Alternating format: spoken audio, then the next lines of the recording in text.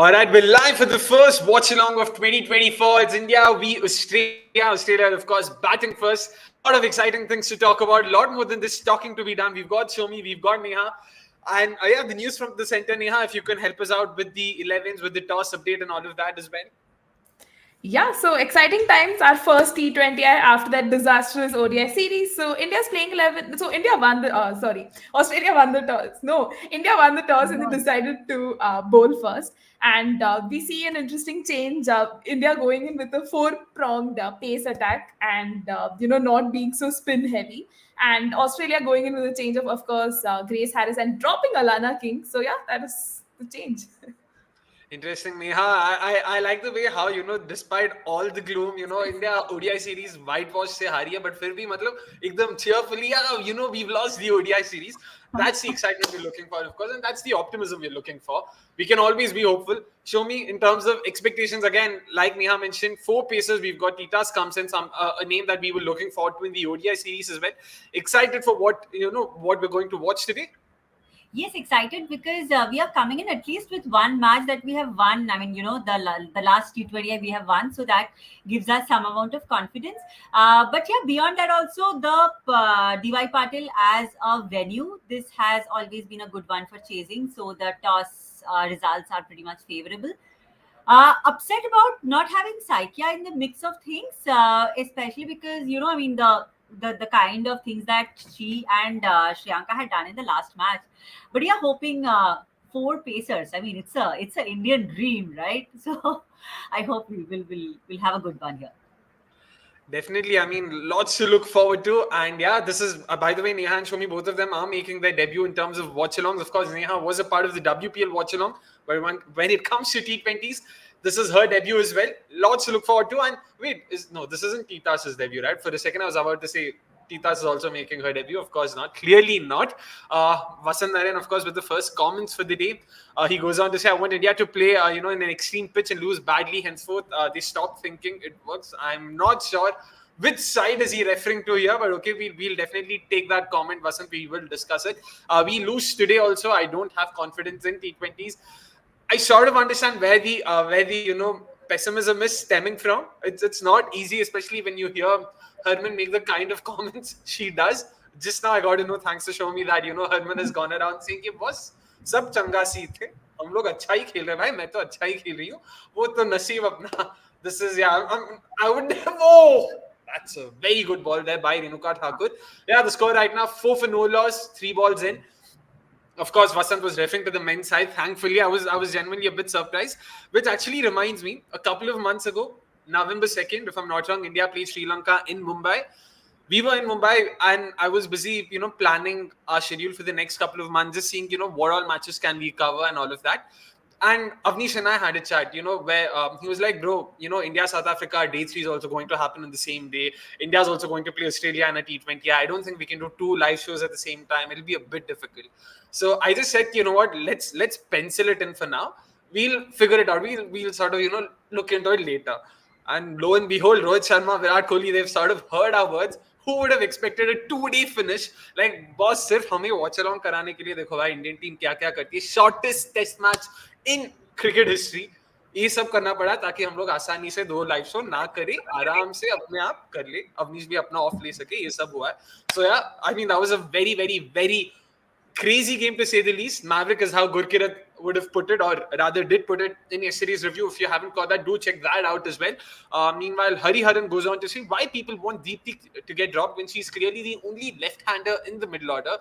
I'll have to throw in Kanika Oja's name at the top first, but we'll talk about that later. But Neha, let's start with you on this. Do you agree with Hariharan? Because clearly Hariharan sort of, has a lot more faith in Deepthi's batting than I do. Fair enough. I mean, fair shout as well. I mean, Deepthi has been that sort of a player, but her batting hasn't inspired a lot of confidence lately, In case India has like a quick fall of wickets, even if she comes in, I don't see her scoring that many runs. But I think she's selected over and over again because of the faith that the team management has in her abilities, with the ball more than with the bat. But the elevation to number 6 is still a little sketchy. That I think we will discuss through the show as well. But all in all, I think the value she brings in as a bowler is certainly that sets her apart. Oops, almost spoke while being on mute. Thankfully, not to be the case.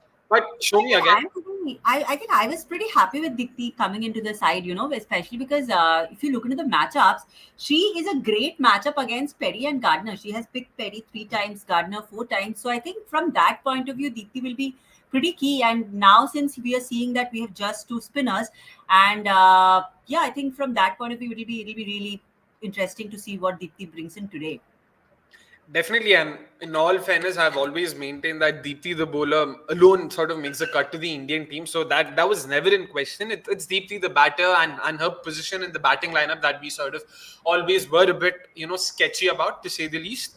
And yeah, I mean, I'm looking forward to watching Deepthi and Shriyanka bowl in tandem, in the final four. Something I'm hoping to watch a lot more of.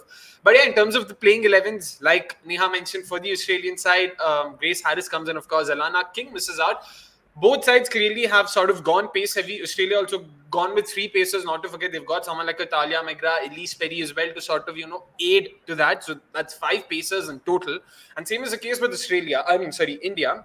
What do you make of this serve, Shomi? Because again, Dio is expected to come in later, so that is also going to play a decent enough role, if not a big enough role. The boundaries are shorter. We know how DY Patil plays. We've seen that in the WPL. We've seen that in the last IPL as well.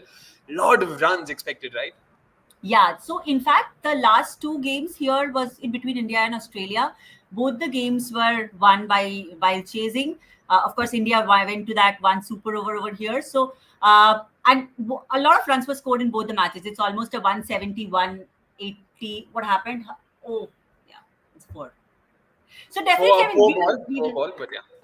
uh, No so yeah, worries, I no mean, I worries. think it'll be more of a definitely a lot of runs are supposed to come in. But yeah, at least we know that whatever runs come in, it'll be chaseable, and I think that's why the decision to bowl first will be very crucial for us. 100%. And to be honest, I'm also looking forward to seeing how this Indian side chases as well, because it's not going to be easy. And I like, we spoke time and again during the ODI series as well that, they've sort of crumpled under pressure. They've crumbled under pressure. So, and that's sort of, really going to be put to test today as well. Vasant Narayan once again goes on to say, if Harman fails, is it fair to carry on with Harman? And do we have an effective all-rounder to replace Deepthi in T20s? She is the Jadeja of women's cricket and very controversial in T20s. A very interesting comparison that we'll definitely get to that. He also goes on to say, I've seen Amanjot Kaur compared to the likes of Grace Harris, who can offer power hitting and some overs. Can Amanjot do that? She hasn't lit up. I mean, again, 2 very interesting questions. Let's start with Neha on that. Firstly, about Harman, and would it be fair to sort of continue with her? And also, of course, Deepti's place in the T20 side. What do you make of that? Yeah, so let's look at it in this way. When it comes to Harman, the captain in T20s, I think there aren't a lot of complaints. I mean, we have seen how she's been the winner of the Women's Premier League, captaining Mumbai Indians, and she led the team quite admirably. But when you look at other stats, in India's favor, there are a lot of questions about the strategies and everything. And even in the ODI series, we saw how a lot of things didn't work. So I think I still stick to my stance that, I think with a World Cup just a few months away, axing her is definitely not the way to go, because what signal are you giving? Plus, is Smriti Mandana match ready, or captain ready to take up the reins of such an important tournament? So that will be a big concern. And to answer the part of Deepti Sharma being the Jadeja of women's cricket, I think we shouldn't really compare. And I don't know why the non-striker run out is still a controversial thing. It's very much within the rules of the game, and I think it's a very street smart thing to do, right? To get wickets. I don't think it's like cheating or against the spirit of the game. And how do you define the spirit of the game, right? For the longest time, cricket was called a gentleman's game, but we see it caters to the women as well. So there are a lot of things that require, like, rewording and change in nomenclature. So I hope that happens. So yeah, comparing those two, I think, is not like to like or fair assessment of that sort. Yeah. By the way, very interesting over comes to end here by Pooja. She's actually bowled very well to her field, because there were 4 shots in this over of the 6 balls that she bowled that I thought, oh, this is a bounty for sure. And all 4 of them were just singles that went straight to the fielder. Kudos again, excellent field placements. They've got a point. They've also got a gully sort of, backward point. I'm not sure what to call that. And they've got a sweeper cover as well. Interesting. And they've decided, Pooja at least has decided she's bowling way outside off stump to Beth Mooney. Clearly, she knows where Beth Mooney's strengths lie. Show me in terms of Herman, the captaincy, and all of that. We had this brief sort of conversation off air yesterday. That is when we heard Jemmy's interview, post match interview, where she was very upfront and honest, about brutally honest, if I may add, about India's performance and where they are at right now. What do you make of Jemmy, the leader, Jemmy, the skipper? I think she shows a lot of promise, especially how she owns up and in what ease and in what honesty she was owning up to the problems, and at the same time being vulnerable to the point that she was saying that yes, we know that there has been mistakes and we will learn from it. We are putting in all our efforts. Things will take time, but be rest assured that we are putting in the effort. So she was at least trying to make a communication to the audience, which is not a very common sight to see in cricket, be it men's or be it women's cricket. Now, I would have probably expected Harman to come out there as well and put up a word, but that didn't happen. So yeah, I think. Is that the first six of the game? Sorry to cut you there. It is a fantastic shot. Yeah. This is probably the first time I've seen someone bowl at the stumps to Beth Mooney. She's had a proper swipe at it. That's a fantastic shot. Yeah, clearly not great signs. Into the third over, they're already 21 for no loss, 2.2. Jeez, man, that was some hit. Some hit. Sorry, Shomi, you can continue there, but yeah, I have to really just sit back and, just marvel at that shot. No, but just look at the way she hit it. Like, she just lunged down and there was so much of power in this. See, I'm guessing they've understood, they've sort of decided to bowl outside off stump to Beth Mooney. That clearly seems to be the plan based on the field settings. Let's see. Yep. You can go ahead, Shomi. Sorry. Yes. So, where were we? We were talking about Jenny. Yeah. So I think, we expect all of those things to come in from Harman and to take up that responsibility. However, I was just reading through a few reports in ESPN Cricinfo today, and that said that Harman was also at the nets and she was also hitting some big shots. So hopefully, she kind of comes back. Oh man, don't tell me that's 5 wides now, man. To be honest, not the worst of alls. She saw Beth Mooney sort of shuffling. She saw her sort of shuffling to the offside and decided to follow her and bowl well outside the off stump. Unfortunately, the keeper didn't get the memo that Richa Ghosh was absolutely no position to take that. She had no clue. Aspas bhi nahi thi. She had absolutely no clue. Completely blindsided by Beth Mooney there in her defense. But yeah, that's 4 unnecessary runs gifted right now. Already an expensive over 4 balls, 10 runs. Again, like I said. This could have been saved. Actually, like she should have followed the ball, right? Like the ball was pretty much outside off. So why wouldn't she? We can only crib about it, unfortunately. And she's gone back now because of that. Much better. Okay. Yep, show me. After a third interruption, you can finally continue yet again with that. No, I think it's better. The more you interrupt me about speaking about Harman, the less emotional outburst will happen. So it's good for everyone. It's good for the show. It's good for my mental health. But yeah, she definitely needs to step up in terms of her attitude as a captain, and all the more so if she is not performing to her optimal best. If she's performing to her optimal best, all of those emotional outbursts and all of those attitude issues can be somewhere we can ignore it and kind of overlook it. But clearly her performance on the field is not helping. That's definitely true, and also just to add to Jemmy, like again, what little I've seen of her, on the field as well while batting with Richa Ghosh during the second ODI, the way she was trying to sort of egg her up and trying to sort of get the plans out and tell her, "Ki boss, what, it's fine," and all of that. She really sort of is a very motivated cricketer, and yeah, that's always great to watch. So yeah, let's hope. If she sort of can sort of learn a bit of those tricks from Meg Lanning. Of course, you never know. Maybe come 2025, 2026, we might have someone else leading the Indian side. A couple of comments as well. Tiger Rose goes on to say, actually, if we don't have the skill level of England, can we be athletic and immaculate in field to win against Australia? To begin with, again, since he's sort of taken my name, I'll just start with this. Skill level, agar skill ki baat kare, to I would probably put India on the same level as Australia, above England, that is.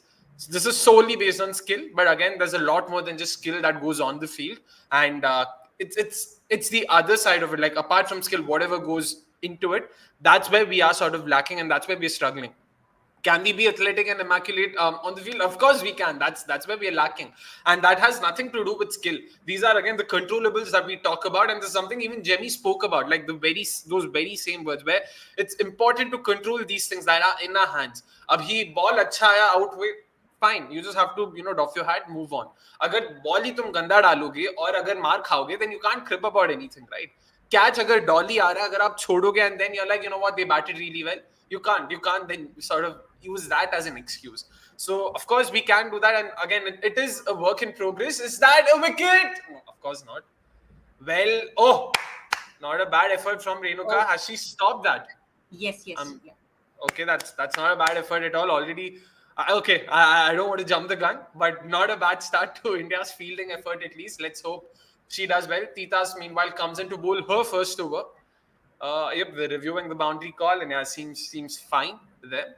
But yeah, so in terms of India being able to do as well as Australia, or being able to sort of do better than England, I ideally think we should. But of course, T20 is a very, very, very fickle format, and who better than the Indian side to sort of talk about that, because we've seen way too many heartbreaks in this format as well. But yeah, and cut him in half there. Was there any bat? Okay, both of them are very, very, very hopeful. Let's see. Okay, Richa's really hopeful. They've gone for a review as well. Yep, let's see what happens. Yep, anyway, coming back to some of the comments, back to RCB, Renuka leaking runs, maybe bad times for RCB. This is clearly a good way of eliciting a reaction from me, Vasant. Good job. Congratulations. But, Zen mode. आज जितना हो सकता है उतना zen mode में रहेंगे नहीं उतना RCB के बारे में बात नहीं करेंगे. That's the hope. That's the plan. Let's see how far I can go with that. Way more attitude than Kohli. I haven't seen Kohli behave like that the way Harman did in Bangladesh. Kohli is restricted to that only on field. I mean, I do agree in some sense, yeah. Like there is, she's properly cut in half. I'm not sure if there's any bat though. We'll have to wait and watch. But again, what do you guys think? Is that a wicket? It doesn't look like there's a bat. Ultra देखना पड़ेगा. Yep. Flat line. Yeah, unfortunately it's flat line there. But good ball though, nonetheless. Yeah, Moved back absolutely. in sharply.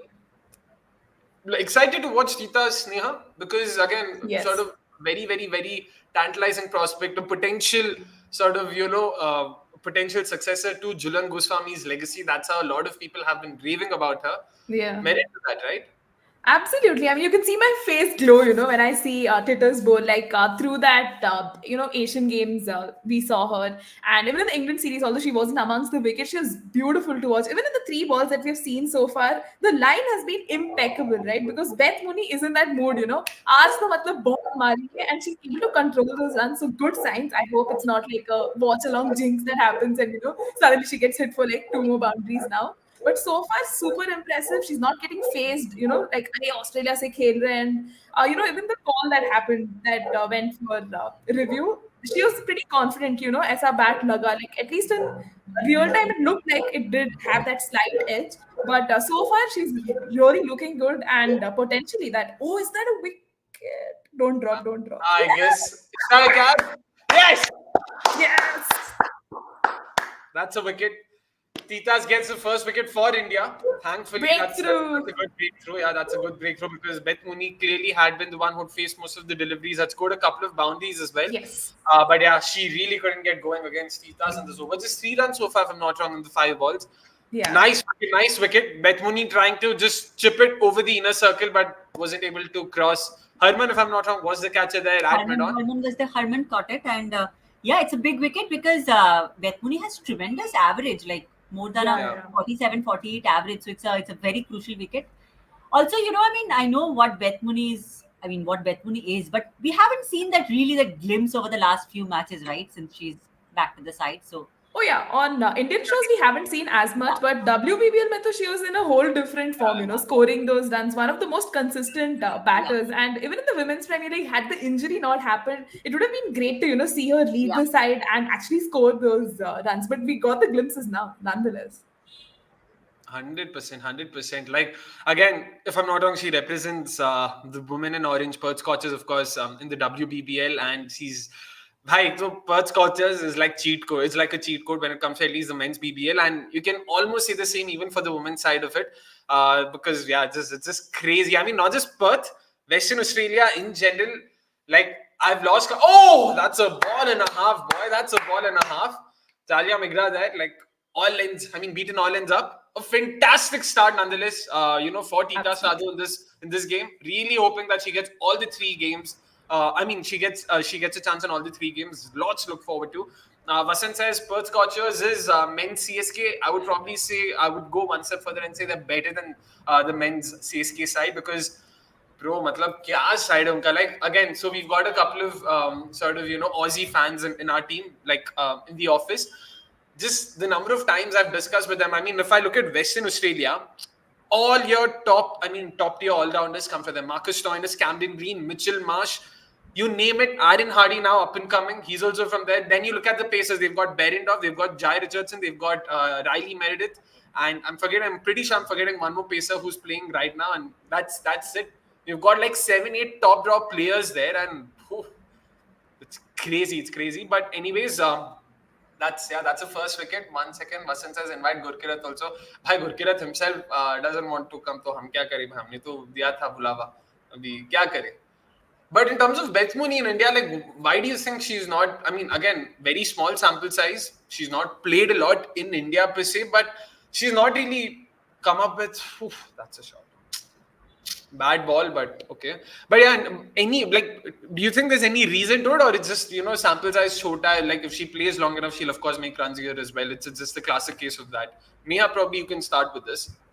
Okay, so how I look at it is ki Beth Mooney is basically a top order bat. Now through the ODI series, we saw her come much lower down the order. So for her, it was obviously a relegation, and it would be difficult, right, to acclimatize to the conditions because you have Phoebe Litchfield who's giving you probably one of the best starts, and then you have T Mac and like Elise Perry also coming in, right? So I feel like in T20 she has that. Catch that! Yes. This is RCB, gentlemen. Yeah, it's taken me 22 minutes. See Zen mode on. 22 minutes मैंने RCB नहीं बोला भाई. अभी बोल दिया. That's another wicket. So both the openers out there. Lisa Healy trying to up the ante and understandably so. 4.2 overs, 32 for 1 is where they were at. But yeah, that's a wicket, bro. That's a wicket. And again, Renuka gets Elisa. Oh wow, man. Wow. It's really now becoming a very common occurrence. Yeah. Very, very, very common occurrence. Yeah, UP वालों अभी देख लेना अगले महीने. This is the fifth time she has got her. Yeah. Yep. True. That's true. Now once again, it's caught Herman, by the way, at mid-off. Alisa trying to clear the infield. Unfortunately, wasn't able to do so. Was only able to spy the ball. Go straight to Herman, who didn't have to move an inch. वहीं पे खड़ी थी आराम से लिया. Thankfully so. In walks Elise Perry, if I'm not wrong right now. And भाई मतलब Yes. Elise Perry has the highest first 10 ball strike rate from what I remember. Again, the numbers I'm trying to recollect off the top of my head, but if I'm not wrong, she has the highest first 10 ball strike rate for any batter in women's cricket in 2023, and that just goes on to show the kind of aggression she's shown and the kind of intent merchant she's become. And again, she's turned a new leaf. It's not like she was always this player. Exactly. She was dropped out of the Australian T20 setup because of this, because she was too slow. And the way she sort of turned it around, I mean, it's crazy, right? Like, how can you do that? Because show me again, like, is there any? Like, personally, I sort of, for me, it's Elise Perry. Then there's truckloads of gap, and then there's the next best cricket out there. This is for me, all very personal, very biased. You can say all you want, but that's how I look at it. I genuinely respect Elise Perry as a cricketer, but that's some turnaround that she's been able to achieve in the last couple of years. Yeah, I think. I mean, where else do you get such a class all-rounder? I mean, somebody who can bat so well, bowl so well. I mean, it's just, I cannot recollect anyone of her class. And, I mean, even for the uninitiated in women's cricket, if you ask if somebody knows one one person who plays women's cricket, somebody will probably just say Ellis Perry. So that's the kind of thing that she has created for herself. It's a legacy. Uh, all we want to see now is whether, I mean, Deepti Sharma has a great record against Ellis Perry. So, will Harman get her in at any point of time? At this, at like, so just as to control Ellis Perry, become the explosive self. So yeah, I think that's something that I look forward to. Definitely, and just to add, I mean, excellent batter, excellent bowler, not to forget an excellent kicker as well. Has represented Australia in football. Has has a FIFA World Cup goal to her name as well. If I'm not wrong, that came in the semi-final. भाई मतलब यार ये inferiority complex देना तो कोई Aussie वालों से ही सीखे, Aussie sports person से ही सीखे खास करके. I mean, what is this? Like, it's crazy. Meanwhile, Tiger Woods goes on to say, Oz women की batting बेरहम है T20 में. हाँ, बात तो सही है भाई. तो देखते हैं अभी थोड़ा रहम मिलता है कि नहीं हमें. अभी देख. Okay. For a second, I thought she was beaten there. Okay. No worries. Good ball. Vasant also asks, RCB Perry versus RCB Renuka Akshay, where do your loyalties lie? Hard question. I'm hoping at least Perry पहले ball में single ले ले, दूसरे and से McGrath सबको उड़ाओ. बस that's my ideal case. That's my ideal sort of situation, so to say. But yeah, talking about WPL, still no update on the schedule, right? Like absolutely no clue कि कब होगा, क्या होगा. Nothing on it so far. Any idea when is it going to start, or any idea of when are they going to even announce the schedule? So I think tentatively it was announced to start from like 22nd February on till like March 17th. Yeah. And we're still awaiting the update on the venue, because a lot of us wanted it to be in like Mumbai and at least Bangalore, so we can travel and watch the matches. Personal preference there. But here's hoping we get to see a women's Premier League nonetheless, a competitive women's Premier League, even if it's happening in Mumbai, and an early confirmation of dates. That's close. I'm not sure if it's a missed opportunity or it dropped in front of her, because Deepti is again an excellent fielder. She clearly seems to be suggesting that it pitched in front of her. Let's see what happened there. Take it. Excellent ball, pitched in front of her. Pitched just in front of her. A little short, yeah.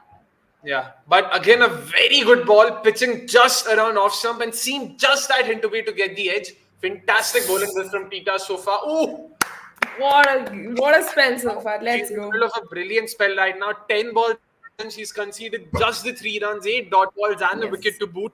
Yeah, this is as good a start as it can get. Sorry, I stand corrected. It's 2 runs, not even 3. I thought they'd taken a double last over. A mind-blowing spell this. And so how would you follow this up? Because 6 overs done, the field will now stretch. Do you bring your spinners right in, or do you want to continue with Renuka and Titas from both ends? Yeah, I think ideally I'd want to. Is that a wicket? Yes.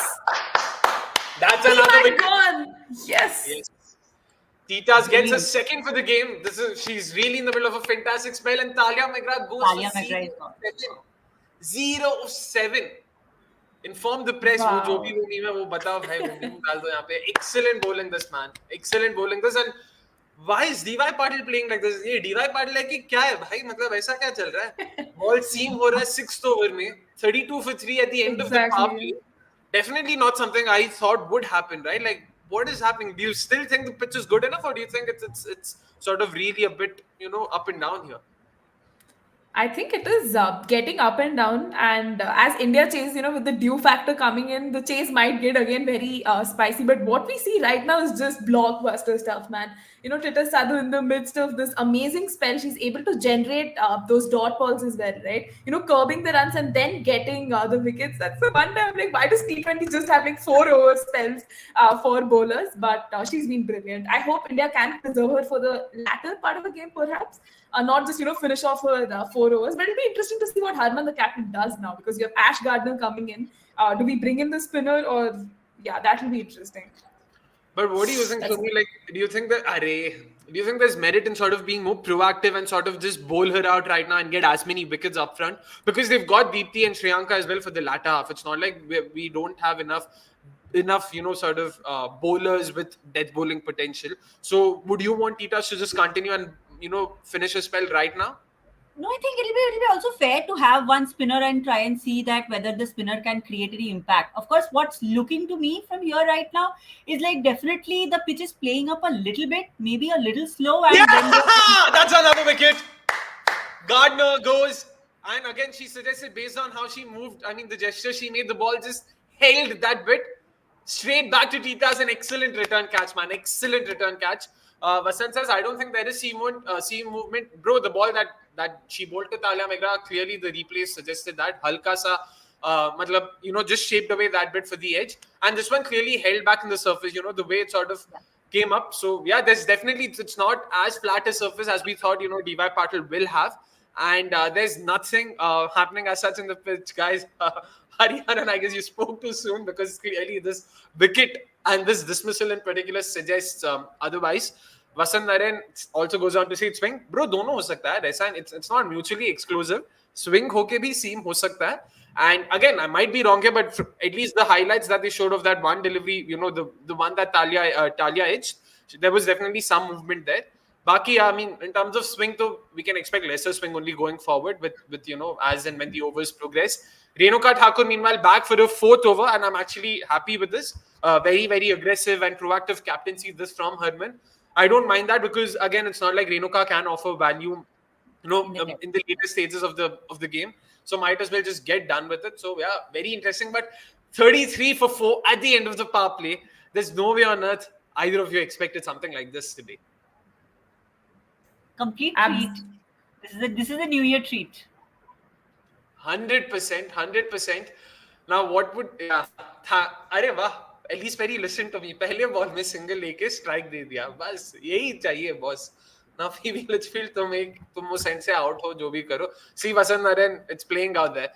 If India wins, Titas deserves the man of the match, or rather the player of the match, says Vasant. Yeah, fair. I'm hoping she gets a few more wickets. She's already got in a 3 for, which is, if I'm not wrong, her best in international cricket. Great numbers those. If I'm not wrong, again, I might have to sort of get a look at that. Producer Sab, if you can also help us out with that. And coming back to the WPL chat in terms of the schedule, and there being very little to practically no update. So the last update we had, of course, like Neha mentioned, Feb 22nd to March 17th. This was announced after the WPL auction on the December 9th. So that's when all the franchisees got together with the BCCI. They discussed and all of that. But Vasant also rightly mentioned that, there's a South Africa-Australia series starting right after this. That starts with the 7th of and now that goes on to so that ends on the 10th of February. The WPL can't start. Oh, that! Oh! French spot there. He's very with a fantastic French spot. Goes for a boundary. मतलब moral victory Renuka Thakur को लेकर on one. But definitely, four bowlers have been they look like getting the wicket practically every other delivery. And the some spell again, bring back the surface.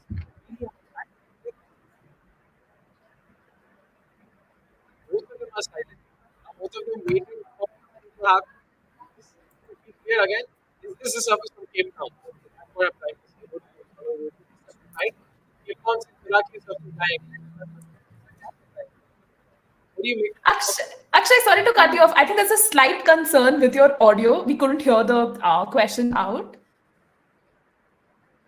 Apologies. Is it better? Really sorry. I'm not sure what the issue is. Is it better? Yes, we can hear you. Yes, we can hear you. Great. I was just asking कि what do you make of the surface? मतलब ऐसा क्यों लग रहा है कि Cape Town से चुरा के लाए ये surface वहां से? Like so many tricks. Oh, another okay. Oi! Yeah. I think that's a great question, Akshay. Yeah, because the surface is behaving quite differently from what we expected it to. Plus, I think we need to give a lot of credit to Titters, right? The kind of chances she is generating. Now I'm feeling bad. Why didn't we use her in the ODI series? And what is the mindset behind that? She'd have been brilliant in 10-over spells. But either case, I think we are going to see some very interesting things happen on this pitch. I want to even see Renuka get like a wicket to end the spell. So fingers crossed for that. And that's. Yeah, not a wicket, but Either case, I think it's going to be interesting to see how the game progresses. And good test for Phoebe Litchfield, right? She's come in at this stage where Australia is like 4 wickets down. She's carrying that great, purple patch from the ODI series onto here. So, seeing her manage this situation, I think will indicate a lot of what we can see of her in the Women's Premier League as well. Yeah. 100%. And show me, what do you make of the surface so far? At least in the first 7 overs, because lot of tricks. It's almost spitting up. Yeah, I think completely unexpected the way it is behaving at the moment, and I feel that it's probably not pretty much slowing down a little bit, and as a result of which, you know, the batters are trying to hit it out, and it's not really happening that way. But yeah, as Neha mentioned, that it'll be an interesting test for Phoebe Litchfield in this particular context. We have seen her come out early in the innings when she pretty much didn't have so much of a pressure on her. How she behaves in this kind of a scenario, I think that's interesting. And there you get Titash comes out with her Hat trick last. ball. Ooh, hits the pads, but yeah, definitely going down the leg. But what a spell, man. 3 for 3 in 2 overs. Wow, that's some spell. Those numbers, man. Those numbers. Figures like those we would just die for. That's great. That's a great start, to be honest. But yeah, Phoebe Litchfield is such a menace. Good that we got her to bat this early, says Harry. But that's another thing. We have Australia 4 down right now. In the 8th over, but they've still got like 6 more batters. ऐसा नहीं कि बहुत अभी batting ही नहीं है इनके पास. They've got someone like a Megan Shoot as well can wield the long handle. ऐसा नहीं कि batting नहीं जानती. I'm forgetting who else is there. Darcy Grace Brown Harris is is there. yeah, Grace Harris, of course. How did I forget Grace Harris? I mean, geez, for those who don't remember some of those spider techniques of hers last year, oh my goodness. I'll never forget the game against Gujarat Giants. It was Annabelle Sutherland was really tonk left, right, and center, and she just won them the game out of nowhere. So yeah, definitely they have a fantastic. I mean, they've got lots of batting yet to come. So don't worry. So who comes in next? Grace Harris. Then they've got Annabelle Sutherland. Then they've got Megan Shute, Darcy Brown, and I'm forgetting who the fifth name would be. And you're on mute, Neha. Congratulations. I'm so sorry. I was mentioning that there's still Georgia Warren to come. She has a brilliant strike rate as well. How did I Rekha forget and Georgia? WBPL. Yep. Catch! Oh! Almost a wicket, and that was a good effort. It was a tough one. Yeah, it was a tough one for sure. But almost got a 4 for that, Titas. Let's hope she gets Phoebe soon. Very tough one though. I mean, This matchup, man. But that Mouth watering.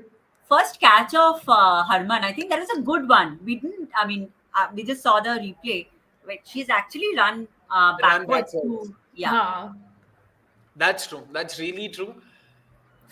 Ooh, not bad. And, She's done another- all expected. Yeah, Neha, sorry. Oh yeah, I was just mentioning that I think another observation is how India's been so proactive in the field today. You see Jemima like diving, you see Shreyanka also diving. It's been great stuff, except this Richa Ghosh catch, which was quite difficult in hindsight to grab. But then I think still better from what we saw in the ODI series, perhaps.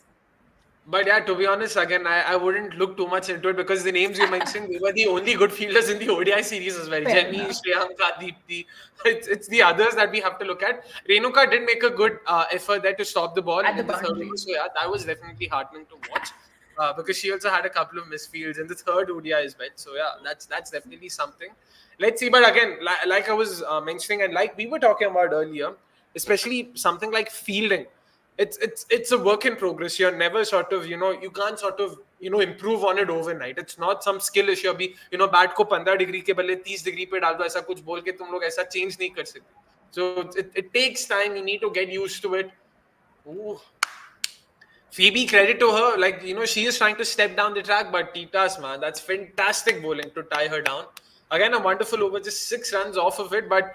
Elise Perry, Phoebe Litchfield. Yeah, to be honest, I don't think we should sort of be too happy right now. We shouldn't be counting our chickens right now. Like, Neha, what do you think? How much will Australia end up with today? 12 more overs to go.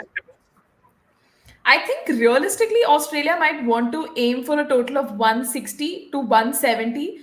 because we see, how India can sometimes bottle a chase like that. So, score of 160 to 170 is pretty good. I mean, just look at their bowling as well, right? You have the likes of Annabel Sutherland, who's, mastered this art of Yorkers and amazing death bowling. You have Georgia Warren, who's been amongst the wickets, right? One of the top wicket takers for Australia in that ODI series as well. You have Megan Schutt and Darcy Brown. I mean, what more do you want, right? So I think ideally Australia would want to aim like somewhere in that 160 to 170 threshold to be safe. But yeah, we see Shreyanka in the bowling attack. I thought it was, matlab, it was fairly evident from my smile because, yeah, just looking forward, just very excited. But the thing is, 150, 160, I feel you're being too optimistic there. I see Australia very easily Oh, getting a lot more than that, especially because Deepti, Shriyanka, both of them are yet to bowl.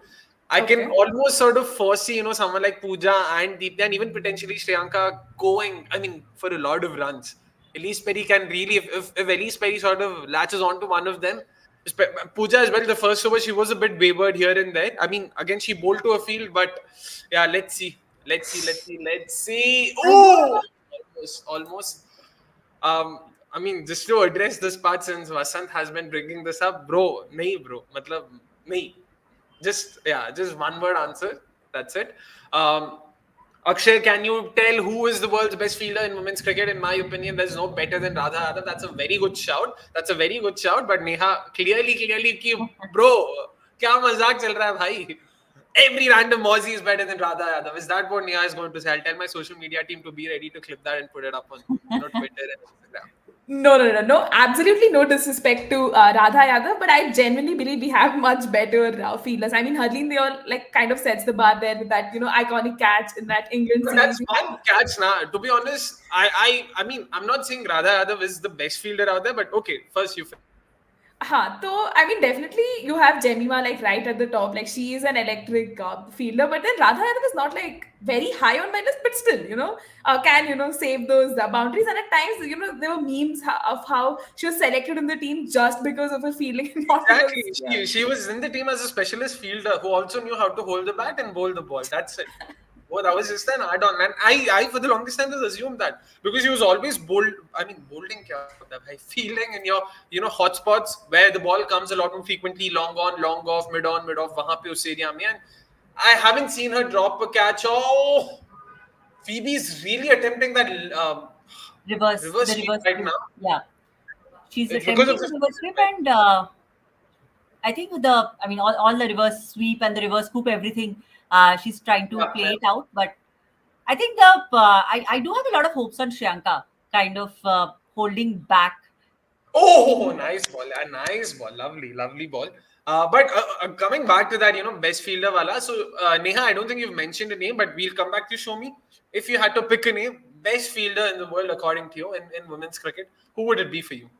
I think the last two instances that we saw Phoebe Litchfield catching those stunners in the ODIs, I think those were fantabulous. So yeah, I mean, if we have to just look into the recent past, she has been absolutely a stunner. So yeah, I mean, definitely Radha Yadav when everyone comes up in the list of names, that's beyond any doubt. But yeah, let's just remember what she did very Fair recently. enough. Phoebe Litchfield says, show me. Neha, what about you? If you had to pick a name,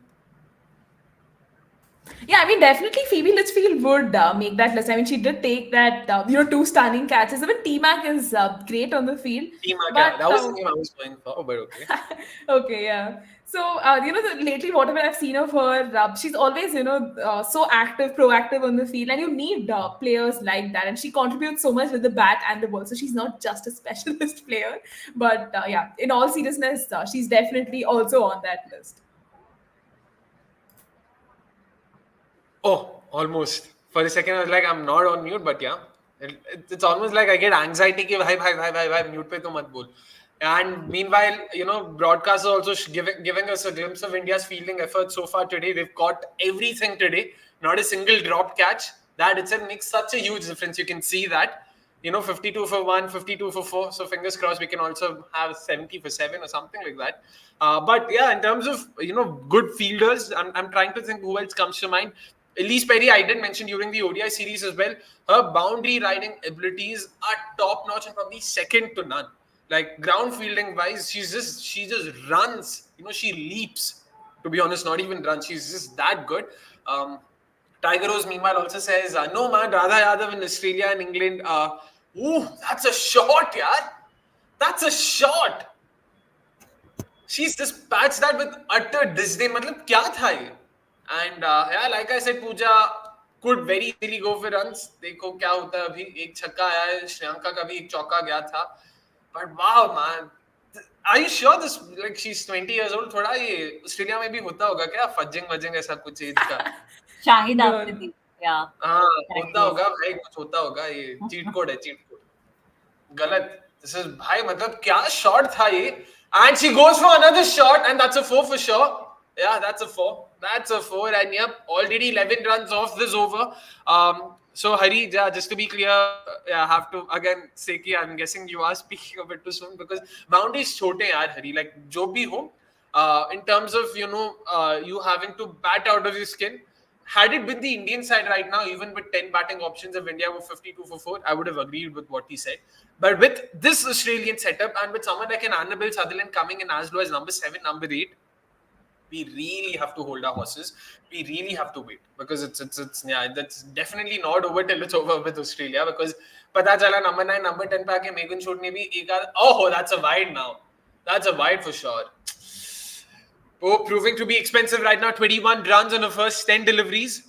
I'm genuinely now at loss of words. Show me again. Like, do you see Pooja finishing a 4 overs today based on how she started off? What? I mean, she's just getting thrashed all over the park. I hope she just gets back to her rhythm.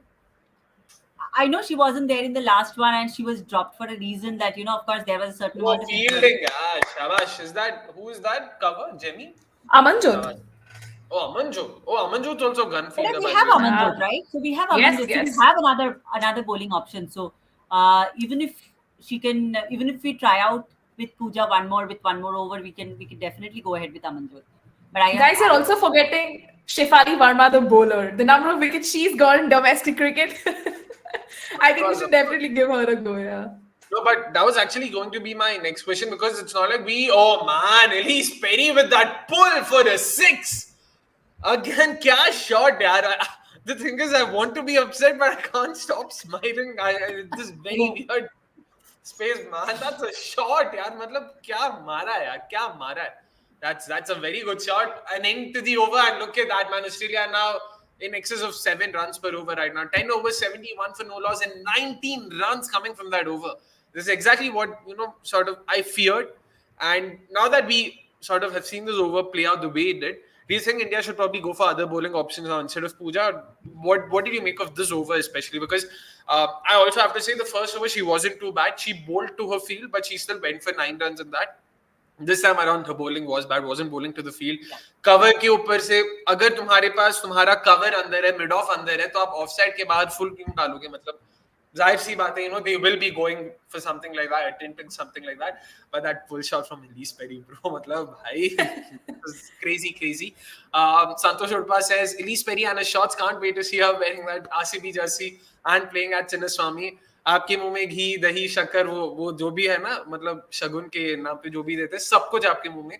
I genuinely hope I get to see her. See her live in an RCB jersey. Yeah, that's definitely on my wish list. This time around, I really hope I get to sort of see her. Hari Haran says the producer is taking my comments way too late. अरे कोई नहीं भाई, tension मत लो. Everyone's just taking the mickey out of you. No worries. But yeah, again, in terms of bowling options, we've got Amanjot Kaur. We've also got Harmanpreet Kaur for what it's worth. Do you see either of them bowling in this game? Show me, you can probably start.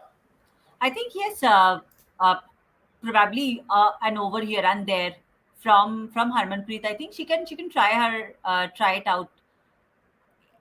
It's pretty much like at the moment we were 4 down, so probably we just to keep the run rate in check as well as keep up with the pressure. Otherwise, if they keep on batting like this even for another couple of overs, the dynamics will completely shift. So the entire pressure we have created early on, that will completely disappear. So yeah, maybe a little bit something which will kind of be a surprise factor. I think that can really help. So yeah. Fair enough. And in terms of, bowling options, of course, what do you think was the reasoning behind bringing someone like a Pooja in? Because do you think it was, the way Renuka and Tita said bowled? So it seemed like Pacers had something in it for them. So Harman probably was trying to, double down on that experiment and bring in more pace. Do you think that was the reason behind it, Neha? Or do you think that was just, Harman trusting Pooja in the middle overs? I think it was, an extension of that, trying to get the most out of the surface. Pacers are getting that purchase. So perhaps that could have been, oh, that's a boundary. That could have been the mindset. Yeah. And Sorry. yeah, and also I think we can probably introduce Amanjot into the attack, right? I feel she can also restrict that run flow to some extent because the Aussies seem to be at the top of their game right now. And I think for spin options, we definitely have Deepti and Harmanpreet who can control that run flow. So I just want to see when they will be slotted in. But I think getting the wickets now is going to be very important. So we need a proactive change in that bowling, yeah. 100%. Deepti is yet to bowl. So in this game, and Shriyanka's already into a second over. I really hope they don't bowl Shriyanka out in this phase because we don't have too many death bowling options. So if I were Herman, then I would probably bring Deepti in for a couple of overs now and replace Shafali from the other end with Titas's last over and probably even bowl one over of myself, which is Herman, of course. Let us see what happens. Shabash, much Also, better, much does better. it kind of show that how good lengths? I mean, the Titash and Renuka with a little bit of a swing help was bowling. Uh, True. of course, it's the two batters out there. They can take the game away at any point of time, and we have seen that in the overall in the series. But yeah, I think Let us wait. Let us wait. Much better. The thing is, I'm guessing she's trying to attempt one of those Yorkers of hers. The first time around, I'm not sure. Maybe she was trying to be a bit shortish, but overpitched ho gaya, and yeah, that was just dispatched wonderfully. I think Shafali Verma will have a great game today. Hashtag gut feel says Hariharan. Interesting. Again, Neha, let's start with you on this. In terms of about Shifali Verma, if there's one format that you would expect Shifali to own, it is the T20 format given her style of play. Oh, that's a fantastic fielding effort. Yeah. Once again, who was that at point? Excellent effort. Excellent effort. Yep. Nicely done. Yeah, sorry. I completely forgot what was I even saying? Wait, I think you were talking about Shefali Verma, like Oh, which yeah, format is exactly. best Yeah. suited. Exactly. So, given that, and also given her sort of lack of runs, do you think she'll have a great game today, Neha? Yeah, so when you look at Shefali Verma's career trajectory as well, she shot to fame with the T20s, right? As that young 16-year-old making it big in that women's T20 challenge back then when we didn't have the women's Premier League. So I believe like the T20 format is well suited to her batting capabilities. At first, I was like, maybe tests may she'll be good. She can take her time to adjust rather than being that explosive, bang bang type of batter. But I think in T20s also we get to see a very different version of her. And talking about, I think the last time when Australia, toured us in 2022, she was brilliant, right? She gave those fiery starts. May have not gotten a lot of runs, but still, looked very pleasing to the eye. So if she really wants to get back to form, I think this is like the perfect opportunity to, do so and seal that place as an opener. Otherwise, we'll have to look at other options based on our, outcomes from that senior women's interzonal T20 trophy or that senior women's T20 trophy, because you have options of openers, and even the senior women's ODI trophy that's happening right now. Yesterday was just an explosive set of encounters. Mumbai winning by 380 odd runs, where Shika Pandey scored a century. So you have a lot of names in the reckoning, in the domestic circuit who are making the right noises. So Shefali will have to make the most of her opportunities, and perhaps today can be that perfect moment. Definitely. And by the way, coming back to the game, Deepti Sharma has been brought into the attack, which is good to watch. Since you mentioned the senior women's ODI trophy, that's catch! Is that the first bowler? Oh my goodness! They've made an absolute mess of that. This reminds me of that Saeed Ajmal Shoaib Malik catch drop. I don't know if either of you remember. क्या चल रहा है bro? मतलब दोनों भाई. Communication. but Where is that's it, calling it communication? out. Yeah. यार मतलब Oh my goodness. Oh my goodness. Oh my goodness. Oh This is my. going to cost India, guys. This is not looking good. Oh man. Oh man. And it's once again the reverse sweep that almost bought, Phoebe Litchfield. What was I even trying to say? I have absolutely no clue. I'm genuinely shocked, by that effort there. But yeah, that Absolutely. almost cost Phoebe Litchfield a wicket. That's what I was trying to say. And I like this idea because they've seen Phoebe Litchfield attempted too much, so they've tried to bait her by having the fielders back in over there. Cover kya hota hai bhai? Your third man and your backward point, both of them are inside the circle, allowing Phoebe Litchfield to go for that shot.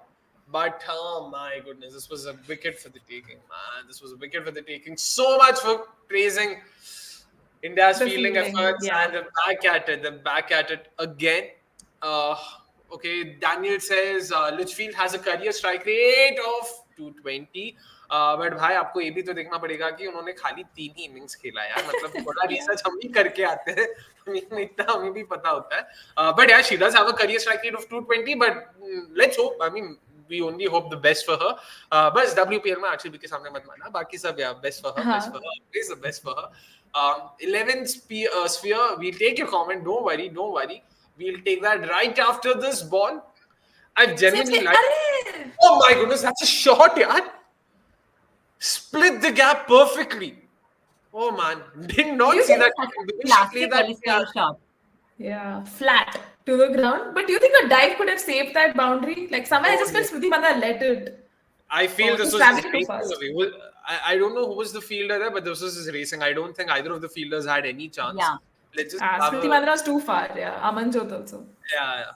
It was just wow, man. That's some shot that from at least. By the way, it's also the 50-run partnership. Is that in the gap? I don't think so. This is in the gap. Yeah, that's also their 50-run partnership. They've brought it in like 33 balls. Oof. Again, exactly the kind of counter-attacking partnership that Australia would have hoped for. And like always, they get it from who? Elise Perry and Phoebe Litchfield as well. You've got, both the old guard in Elise Perry and the up-and-coming youngster in Phoebe Litchfield. Yin and yang in some sense. And again, I was just going to say, Elise Perry, the way she's played so far, not taken a single risk. She's another reverse sweep. Oh! Yeah, Khuda.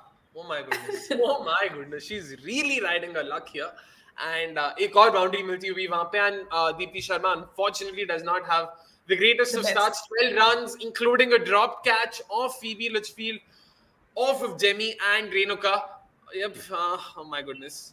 Let's just take a few comments before, and we'll so that sort of we can process what we've just seen so far in this over.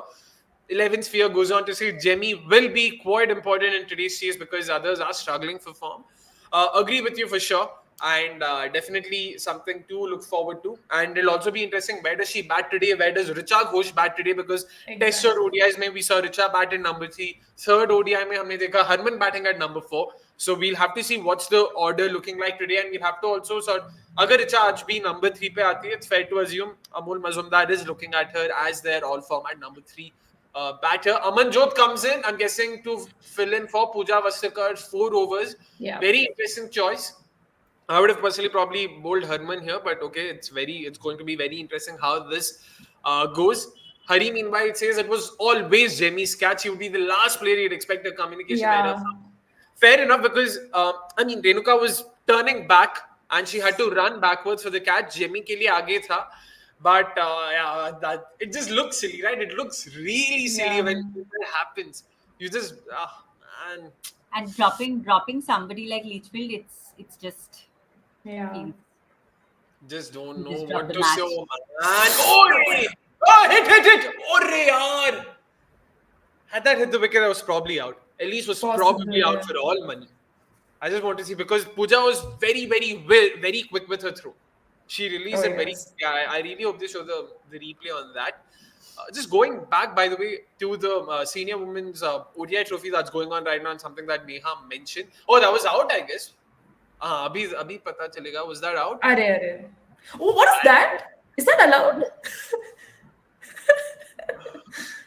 Yeah, Phoebe. Like my streaming, I think is like a little late compared to you guys. So you guys are giving me all the spoilers. Sorry. We're giving spoilers to Shami. Yeah. No worries, hota hai. Tension nahi. If you would, you can try refreshing. Ha, Closing the app and sort of start it. rejoining, yeah. Yeah. For the uninitiated, we're of course watching this on Geo Cinema. Oh my goodness, that's a six. That's a 6. Yep, this is Scary. exactly what I feared. And who was it? Tiger Woods Bhai, or was it Hariharan, who was like 160, 170 bat out of their skin? Bhai, ये तो मजाक में 160, 170 बनना चाहिए. Ha. 17-18 Yes, over में the way to go. power play में they were at a 5.5, 5.6 run rate. Ha. And look 5.5 how exactly. quickly they took it up to a 7 or an 8. 7. Very. That's exactly the problem right now. Yeah, I'm not sure. Amanjot Kaur, like I mentioned off air, I guess. Neha did tell me, India's gone with 4 pacers. Oh man! What a shot! What a shot, yeah! What a shot! Oh my goodness! It's back-to-back This is 6. ridiculous. Ha, yeah. Back-to-back 6. This is looking very difficult for India now. भाई ये 160 170 तो 16-17 over में बना देंगे But at this rate. the average runs here are around 170, 180 and वो Yeah, chase हो yeah. जाएंगे. Unless And we see another middle order collapse. True, Yes. and it's also sort of early signs, but it also shows that probably the Getting surface is. better. Yeah. Apologies for the bell. My niece will be joining me soon. Will be here to sort of Yay. make her presence felt. But yeah, before she comes in, let me finish my point, which of course was what? Oh yeah, early signs that the pitch is actually getting better to bat. The ball that Amanjot bowled right now, shortish, back of length, it just stood up and was just begging to be hit. And that I hope as and when the innings progresses, there'll be more due. It'll become harder to hold the ball to sort of bowl. So hopefully, if I had to be a bit optimistic, yeah, India can probably have a field day with the bat as well. But yeah, not good signs. 7 overs remaining for Australia. They've already breached the 8 runs per over mark as well in terms of the scoring rate. Yep. 170, 180 अगर नहीं बनाएंगे तो Australia should be very disappointed from here. We'll also take a few more comments. Tiger Rose goes on to say Shafali's technique to be lost, which we saw in England 2021 after a short ball ploy by Catherine Brunt. I have absolutely no clue. इसका मतलब what are you trying to say, Tiger Rose भाई या बहन? आप एक बार फिर से आसान भाषा में समझाइए, like said in Three Idiots. I'm not sure what you're trying to say. कि short ball is something that Shafali has struggled with. If that's what you're trying to say, yeah, exactly. I agree with you there. We have to wait and watch कि क्या होगा वहाँ पे.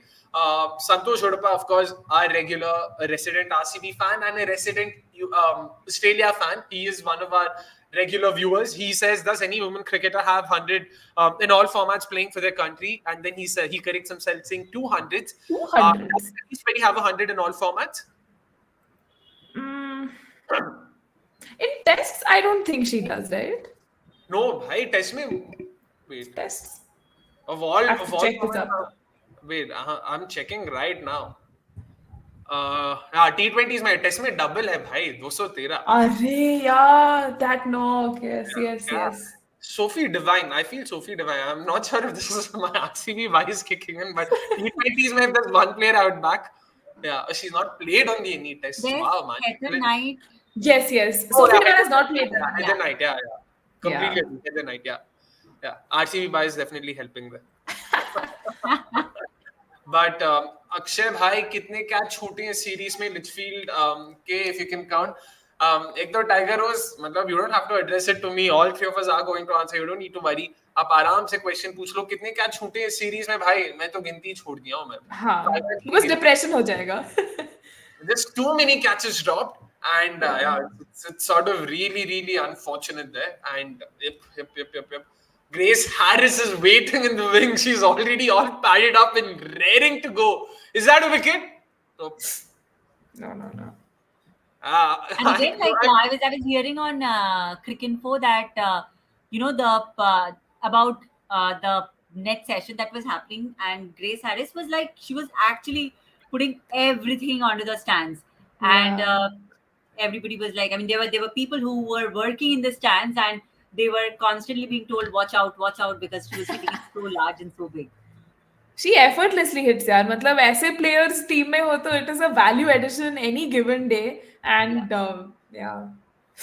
यार अबे यार ये 4 एक और गया नहीं गया oh नहीं नहीं गया. didn't connect it too well. Jemmy's actually been really good in the field, so I'm happy. Even that effort when Shriyanka was bowling from point, the way she sort of saved a sweep shot, if I'm not wrong, off Phoebe Litchfield. Yeah, they're showing And replays she of that. Litchfield is again like she's nearing a half century now. Oh yes, a well played half century. Yeah. Yeah, It's fate. We were talking about how she takes in the pressure. Oh Look at yeah. how she just put back the pressure. मतलब But- आज context भी, yeah. exactly. And again, like, how much of it do you think also had to do with the fact that she had someone like an Elise Perry on the other end? Because you also need someone on the other end to sort of hold one end up, because you can't sort of keep going all guns blazing if the wicket's falling from the other end. But again, she's taken her risks. Due credit to her. I mean, missed opportunities, drop catches, jo chahiye bol lo bhai. It's all about making it count. She's made it count, and that's what matters. Again, a fantastic partnership, by the way. 33 for 4 is what Australia were at the end of the power play. They've managed to score, 76 runs in the next 8 overs. Look at that. That's basically 9.5 runs per over. Yeah. With no loss of wickets. Yep. It's not going to be easy. This is definitely not going to be easy. Next 6 overs, I'm expecting a minimum of 60 to 70 runs to be scored. So, yeah, 170, 180 is definitely on the cards. And Amanjot Kaur gets his second over as well. Interesting twists. Arey bhai! Is that a bite? They shouldn't give it a bite, to be honest, because she shuffled. Or was it late? Side? Ah, nice. Good umpiring, yaar. Good umpiring. Because she really took a very big... I mean, she shuffled a fair bit. Yeah. That's true. All right, let's take 11 Spheres comment. By the way, we'll also talk about the Senior Women's ODI trophy that's going on. I keep forgetting, हर बार कुछ ना कुछ हो जाता है, या तो catch छूट जाता है, या बहुत छक्के मार देते हैं. Oh man, that's another shot. Yeah, catch! Oops. Nah. Good effort though from Pitas. What do you think the reason for Smriti's lack of form is? A technical issue or mental? I feel she's not evolving as a player skill-wise. Lack of form बोलने देता खराब गया क्या उसका? ये दौरा हो या इंग्लैंड का दौरा हो, मतलब आप lack of form किस बेसिस पे बोलो, मेरे को वो समझ रहा है. Neha, show me, please chip in. Am I sort of, I mean, is it just me, or like has she like lack of form? 47, how much did she score? 47 or 48 in the last T20I? Right? And Yeah. guys, cricket pitch to kind of get that kind of a run, and she kind of took us home. So I mean, I have an observation to add here. See, like Smriti Mandana is, I think, a victim of her own standards, because every single time she steps out of the field, people are like, "Arey, is baar to 50 banega, 100 banega," and all that. And we've seen how lately she's had those starts, but she's not able to capitalize on that. This kind of reminds me of the whole Virat Kohli phase, and when he's not getting centuries. RCB skipper who's हाँ, तो वही मन में याद आ रहा था. So I think she's a victim of her own standards, guys. I think that could be the comment. Yeah. I'm not sure what the strategy is here, because Amanjot Kaur has bowled 4 slow balls in 3 deliveries.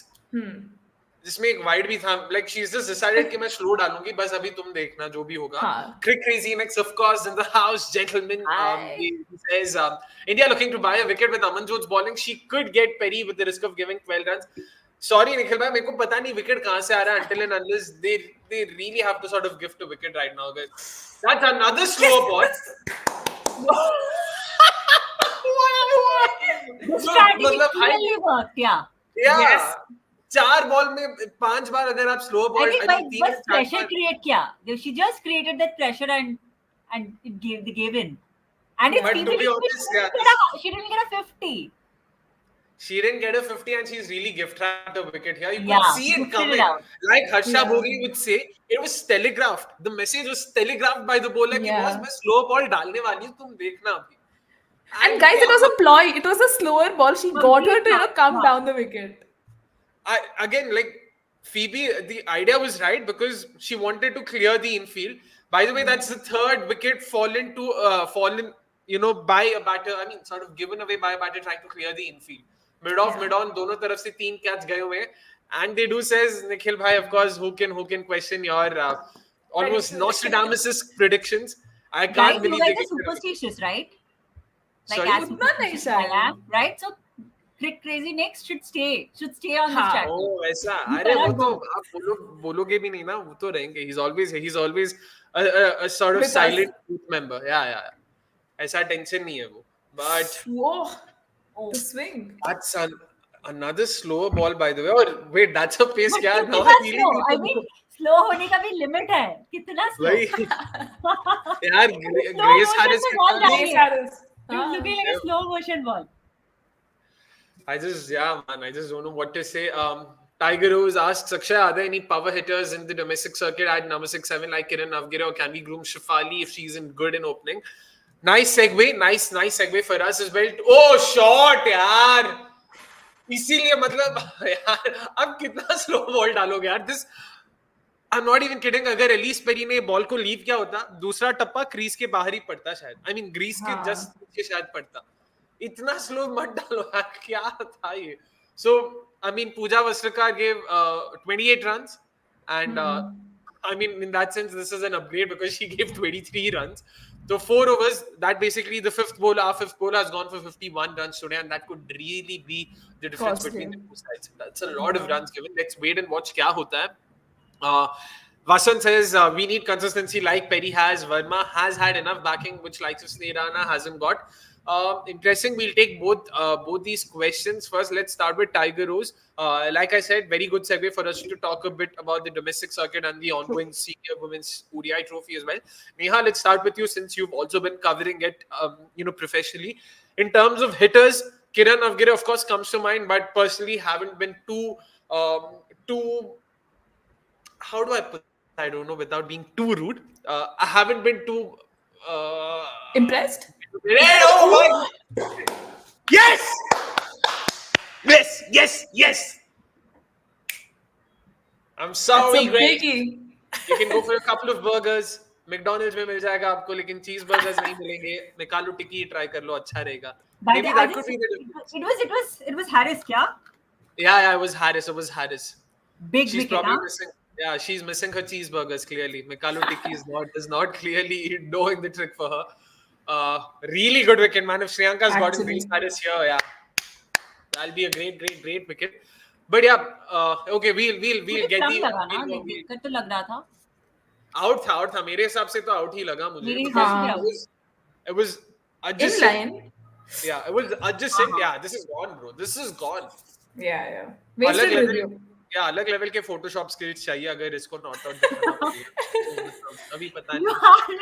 You are really talking like Virat Kohli, huh? कि I love it, bro. Always, I'm always up for remember this. stump mic incident? He was saying कि वो ball ही अलग दिखा रहा था stump mic पे. He was उस level पे चले गए. So Avnish has this annoying habit of sending me reels on Instagram when I come to Instagram only once a week, which is every Wednesday, to put a story of game nights. That's it. I come, I put the story, and I go back. This guy, and every time I come, there'll be like 20 reels. So one of the reels he sent me was of the stump mic fiasco that happened in 2021. Is that missing? Is that going over? Nope. That's hitting. And that's a wicket. But that's another wicket. By the way, that's a 6th wicket for India. Yes. Good signs now because Grace Harris would have really taken the game to Absolutely. India had she been there for longer. Thankfully, And won't be the Sriyanka case. had done it like in the past as well, like in the fewer instances that she has played. She has really taken the game back. I think, I mean, that comes from the confidence that she carries. 100%. She's taken big wickets very consistently, and that's what's very heartening to see. It's not about the wickets; it's the kind of wicket she's gotten so far. Even in the ODI series, she got Elise Perry, she got Ashley Gardner, she got Talia Migra. So it's been great to watch. Great to watch. You know, this is pretty much similar to the third T20I against England. They kind of faltered in the beginning, then they kind of came back, and then we again like Sriyanka and Saikia kind of came back and took the wickets and got them to a 130 kind of a total. So I think it's pretty much kind of a repeat, but except for, of course, here the runs will be a lot more higher. It's fun to see. I mean, it will be fun to see how India chases, of course, and it's good that we have something to chase for. Yeah. But Australia's batting is so deep. It will be fascinating to see, if we can get a couple more wickets, because Abhi Annabelle Sutherland is at the crease, and we know, she can unleash those wickets. So let's see if we can get those wickets as well. Yeah, and man, like every time I just see her bowl, like, kya yaar, matlab, how, like, you can't, like, it's almost criminal to be this good because, again, I'm talking about Touch wood. just strictly looking at the lines and the lengths that she's bowled so far, just bowling to your field. Bhai, gazab, yaar, gazab. Oh, Like, Dot ball, dot ball. shabash, yaar. Excellent backing of that from Kaur. Nicely done. So that's 4 dot balls, by the way, in the 16th over. That's Yeah. gold dust, absolute gold dust. Yeah. And yeah, further vindicating my point कि boss Shreyanka Deepti last बार over डालेंगी world cup में बताओ तो also, but Akshay has like called this it. also validates your point on how good Shriyanka it can be in the death overs. Oh, Like yeah. just look at this 5 dots now. Just look at like, and again to be clear, wicket maiden, wicket maiden. fingers crossed, Manifesting. double wicket maiden, Yes, let's go. always. वो क्या है वो? What's Royal Stag's tagline? It's your life, make it large. Make it Live your life. live your life. अच्छा जो भी whatever. Royal No, Stag is not Diageo, no? No, sorry. Royal Stag is not Diageo. Like it's not. Royal Stag is not Diageo. पिया तो दोनों है तो मेरे को पता नहीं कौन सा किसका है. Let us check for what is RCB, worth. RCB वालों का तो वहाँ पे भी like we have to be loyal. Yeah, Loyalty is another name for RCB. Loyalty दिखाने की कोशिश करेंगे तो Royal Stag is music CDs, by the way, guys. It's not whatever you think Yeah. it is. Or Alcoholic water, drinks or and- water, yeah. or it's a Tell bottle me- of water. Yeah. Tell me you're 22 without telling me you're 22. ये तो मेरे को वही लगा बस. But yeah, coming back to the game, by the way, the reason why I really like that over was the way she packaged it. Oh. And I use the word package because I'm referring to this conversation that, I mean, this interview of Harshal Patel, Breakfast with Champions, mein, Oh, where yes, he yes, speaks yes. about this, where it's very important to package your over, where you have to be unpredictable. She bowled a Yorker wide outside off stump. She bowled a good lane delivery on leg stump. She bowled a Yorker on the stumps. She bowled a flighted loop delivery on the leg stump. So the way you sort of do all of this, the way you sort of Yeah. package it, that's very important. That's why Shriyanka has been really on top of her Absolutely. game. And that's why it's been so difficult to hit her because you don't know what's coming. And it just helps that she's so consistent with her Yorkers.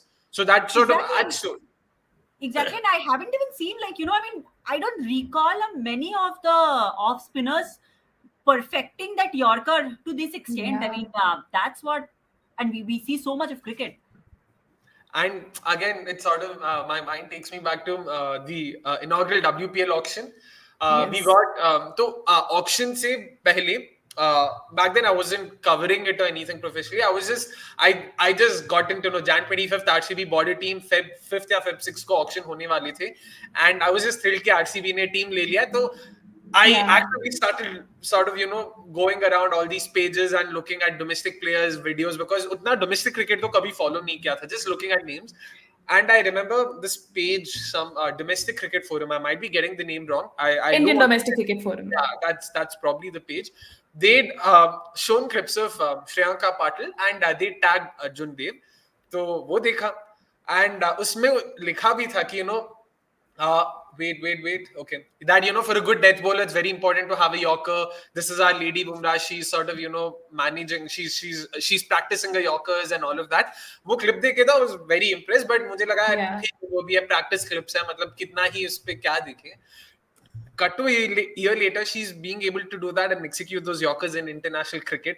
It's just great to watch. It's very heartening as well because I've sort of seen that and sort of seen her. She's basically, in my eyes, she's gone from being an unknown to a known, and that journey itself is just so crazy to watch.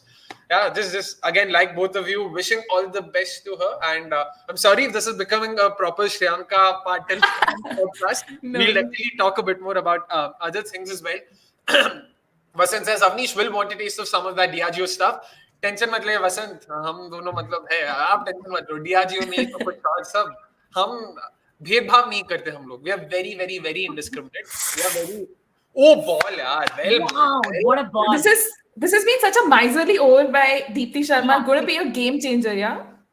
Exactly. Now imagine again, going back to the same thing. 16 to 20th, अगर ये दोनों 4 over back to back डाल दे भाई, मतलब they can kill the game by themselves, which is pretty much what they're doing right now. Last 2 overs have gone with just 7 runs and a wicket.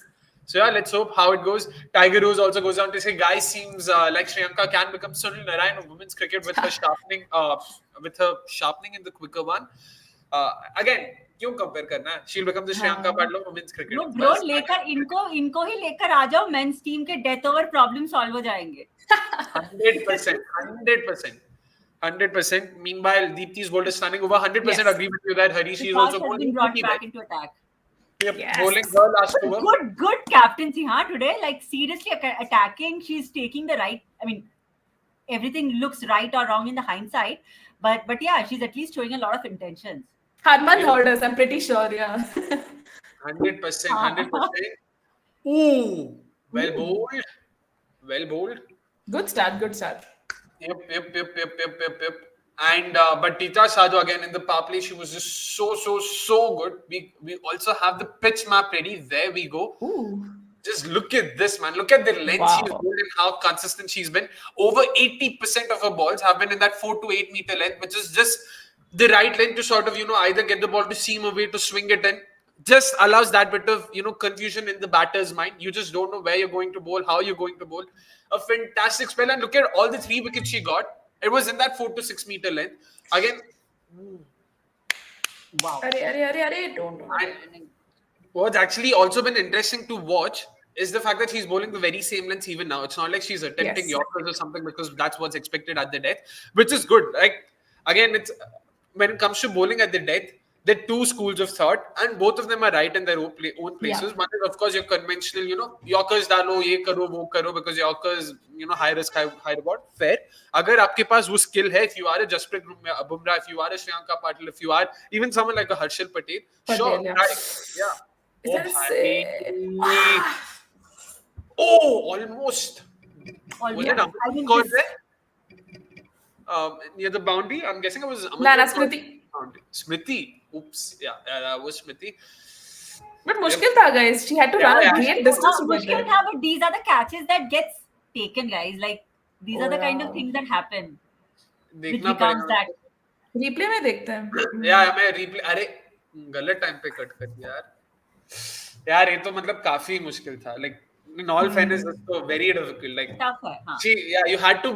you have to be a quicker runner and all of that. मतलब अभी इतना भी एक match में तो नहीं होगा. अरे एक और boundary. Yeah. Ooh, saved. Oh. Akshay would be happy. Shreya saved it. No, irrespective of whoever, that was a fantastic effort. Thank you so much, Tiger Rose. But I hope every Indian fan is also feeling that way. It's not just RCB again. Yeah, मेरे लिए हो सकता है RCB, but बाकी के लिए Indian fan.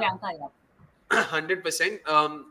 So we'll come back to the death bowling bit, because a lot of you have also been asking why are all T20s happening in the DY Patil Stadium?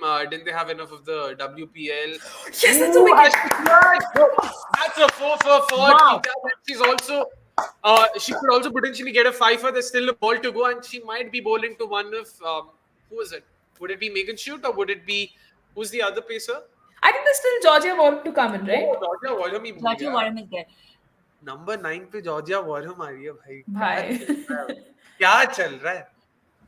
She's been brilliant, guys. I think this is the perfect kind of matchup. In spite of that sixer, I think the way she modulated her lens in the following couple of balls. Very good bowling this, and हाँ भाई उड़ा लो थोड़ा और उड़ा लो मजा, क्या ही करे अभी, जब तक नहीं होगा तब तक नहीं होगा. Is that the 4th catch for Harman? I know this is definitely her third catch. Third catch, yeah, third तो है. And everything again mid off पे खड़े मतलब she's of course been there only mid off on long off. Excellent to see that. But yeah, again, a lot of them have been asking Priyanshu Dhawan, Santosh Udappa, and if I'm not wrong, was it Tiger Rose as well? Why are all the matches happening in Mumbai, and why just in the DY Patil Stadium? Why not sort of mix it up a bit? What do you guys make of it? Show me, you can probably start. I think it's not all the games are happening. All the 3. Is that a wicket? Is that a 5-4? That's a 5-4. Yes. Wow. We did predict that. You manifested this for her. Manifested this for her. I did say that. And I'm happy with this. They're going for a review, but that's out. No, that's as plumb as it That's pretty much absolute peach of a delivery. Yeah. Definitely a very good ball that. she was almost beaten for pace there, Boyham. And Yeah. man, that's great to watch a Fifer, man. Wow. Like Fifer in your first game Fifer against in a a team yeah. like the Australians. I mean, in your first game against Australia. Against Australia. And see the guys she has picked. I mean, this will 100%. Look at some of those names, yeah. There's Talia Migra, there's Beth Mooney, there's who else? Who else am I missing right now? Who else am I missing? Annabelle? Of course. Sorry. Yeah, there's Australia's Beth going Mooney, for McGrath, Gardner. Then there's Sutherland, and now this is Georgia Yes, Warden. yes. So Georgia Warden. this looks out. This looks really out, and I hope she get by impact. I mean, hitting में कम से कम umpires call तो कर रहा है. Umpire call होना चाहिए. Oh Wickets man, missing. you've got to be kidding me! You've got to be kidding me right now. Had Can't they believe not that- gone for the review. I can't believe this is happening. I can't like that. Technology cheater. ये अलग ball दिखाया. ये वो ball. हाँ, हाँ, Let's वो just नहीं say that. था. Cheating Photoshop था. से क्या है? Photoshop से क्या है? बहुत जल्दी बस. अरे यार. I wish she Georgia got that. was walking. She was walking off. Came back. This happened. I'm forgetting which other game did this happen where I'm guessing it was during the World Cup where the batter was just walking off because he was gone for all money and out of nowhere the DRS shows it's missing and U-turn मार के वापस. But a fantastic spell nonetheless from Tita Sadhu. 16 dot ball, 17 runs, 4 wickets in her 4 overs. Orre, Ellis Perry. Shot, yaar. Catch Oh! on catch. Unbelievable Wow. catch. Amanjot Kaur, long on. Fantastic catch. Deepti Sharma gets the wicket. Guys, up to 150-160 में restrict हो सकता है. And the only way they were going to restrict this is by taking wickets, which is exactly Yeah. what the side the Indians have done. Neha, happy with this bowling It was performance a so far great because- matchup in between Deepti Sharma and Ellis True. Perry. It's the That's fourth true. time That she is picked true. it up. Exactly. Yes, yes. But in terms of the bowling performance so far, again, credit to them, right? Because the only way they were going to Yeah, restrict the Aussies was by taking wickets, not by containing them. 13 overs, 104 for 4. It seemed like, Australia could easily sort of, bat their way out of this game, going in excess of 170, 180 even. Wow, man, this is some bowling effort from them. Absolutely, One thing because that I'm observing here is also something that happened in the ODI. Apart from that, I mean, once that Ellis Perry and Phoebe Litchfield partnership is breaking, we are also seeing a collapse in this kind of a batting lineup, right? No matter Yeah. what kind of names you have and what kind of batting depth you have, this is pretty much becoming at least we have seen it in the last couple of occasions. So yeah, I mean, we might be there might be something that India can exploit. Definitely, but again, it'll be very interesting to see how Australia come back from this. Because Yes. again, fielding का भी अगर देखे second ODI में खराब था, third ODI में they came back all guns blazing. So if anything, I mean, I might be jumping the gun, but I want to sort of take a time machine, go to the second ODI right now, and just see how do they come back. वो मेरे को भी और देखना. I'm just very curious because they'll definitely take a hard look at themselves. This is not them. And By the way, Santini Cruz says, also am I late to the party? Thanks to the social media team for the next video that prompted me to come here. There I Durustai, you're just 1.5 hours late. There's still a good 2.5 hours to go. So Yes. yeah, looking forward to seeing a lot more of you as well. But yeah, coming back, we were trying to talk about plenty of things, and I've really lost count of what we were talking about, to be honest. Akshay, remember Megan played like batting all rounder, not bowling for RCB. बात तो सही है, वो भी बात तो सही है. She in fact even scored a few handy runs for us. वो भी याद है. Oh yes, yes.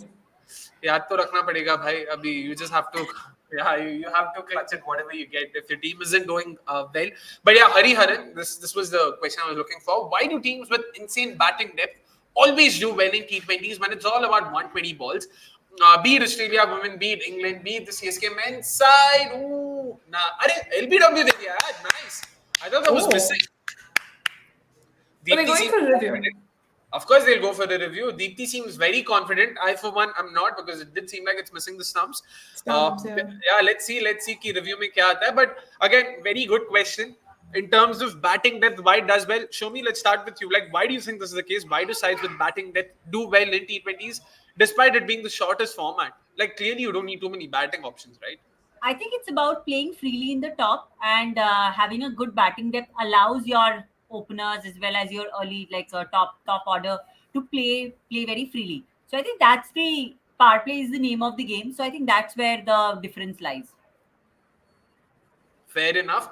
And again, but the thing is, there are two ways of looking at it. Before that, Neha, let's first hear your thoughts as well. What do you make of this batting depth? Do you think it's important in the T20 format? Absolutely, because we see how cricket is now heavily, favoring batting. You see, life being very difficult for the bowler. So we're anyways going to see it like these high-scoring thrillers. That's when your batting that kind of, really comes in handy. So in case you have a top order collapse, you still have that middle order and the lower middle order kind of chipping in, with those crucial runs. So you can have a good total on board to kind of defend. I think that's the main reason why you have a lot of these T20 teams who are actually doing so well. And oh, that's a wicket.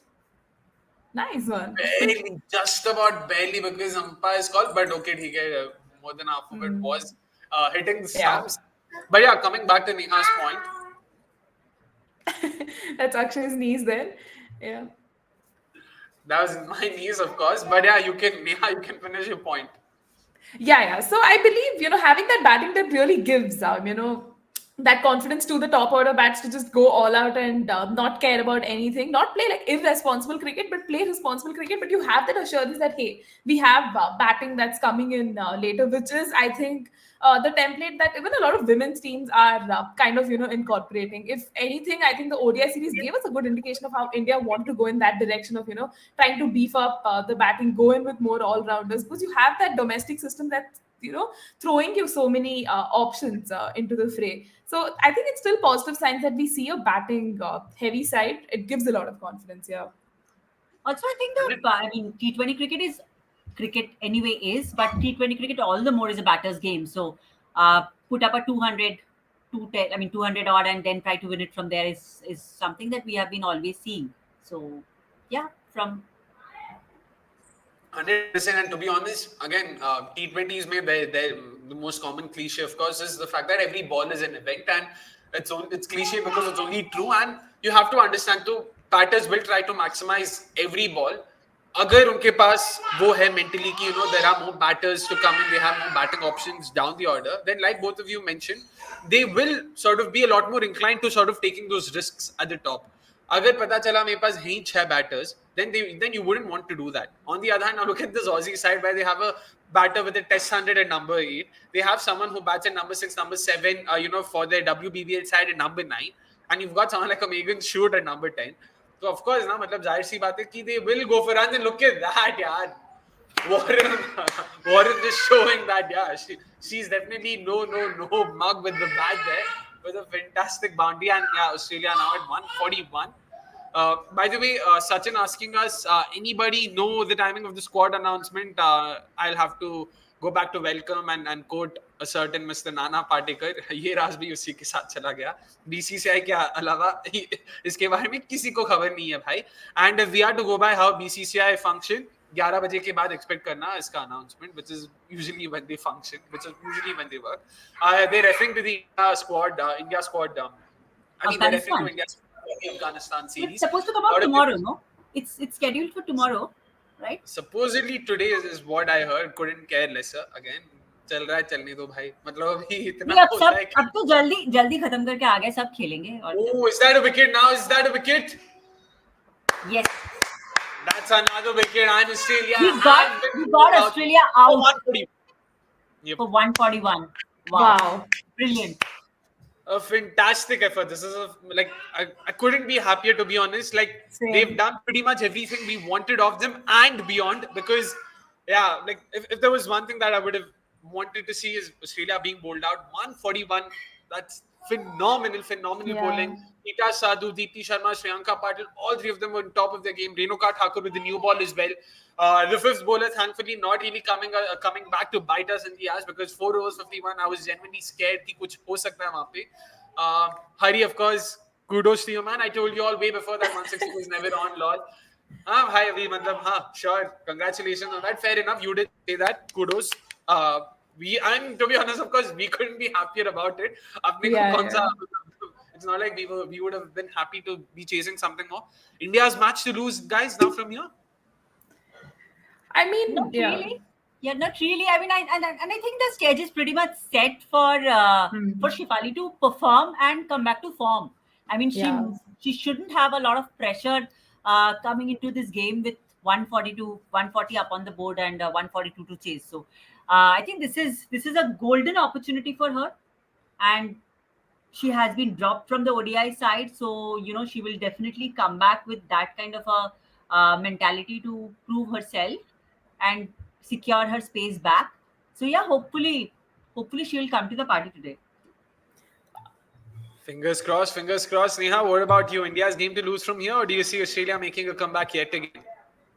The Indian fan in me definitely believes, this is our game for the taking. I mean, you couldn't have asked for a better bowling performance up front. I mean, restricting Australia to 141 is definitely not on any of our bingo cards, because of the way, Phoebe Litchfield and Ellie Sperry were batting in the middle. But I think due credit to India's bowling there.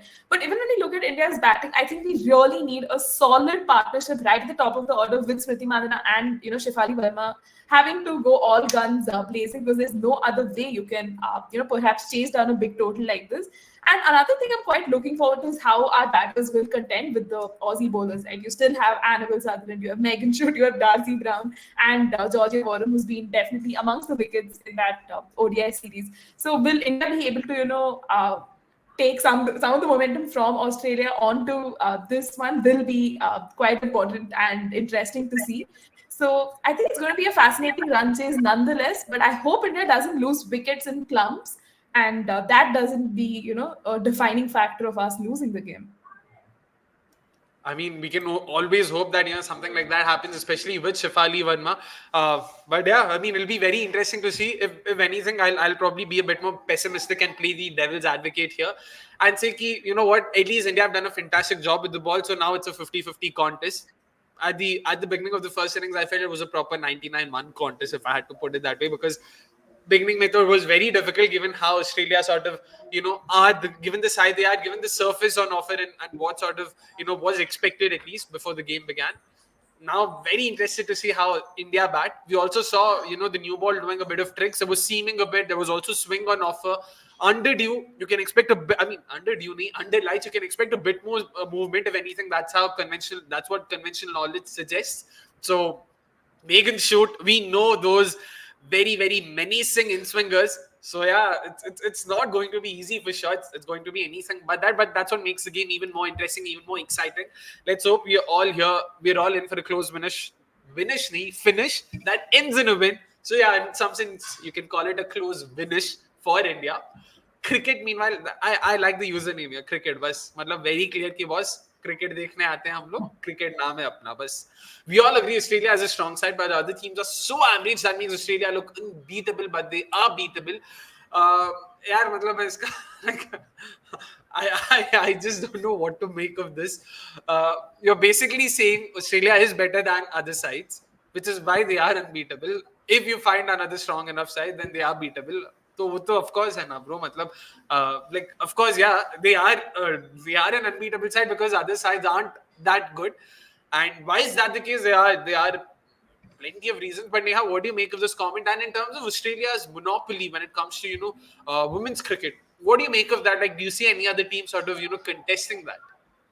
So I slightly disagree with this comment. I do believe that Australia is a strong side, but that doesn't mean the other teams are average. I just believe that Australia knows how to, seize these important moments and, make the most of it. That's what is like the defining factor and something that really sets them apart. Because skill-wise, I think we spoke earlier in our conversation as well. Like India is also like almost head on like with skill set on Australia with that. And even teams wise, right? You have the likes of England, South Africa, and New Zealand who are fantastic teams in the women's game. It's just that, they also end up having the knockout jinx and they end up losing to Australia. But again, it's not being disrespectful to Australia. It's just that the other teams haven't found that winning formula in, these important tournaments and matches.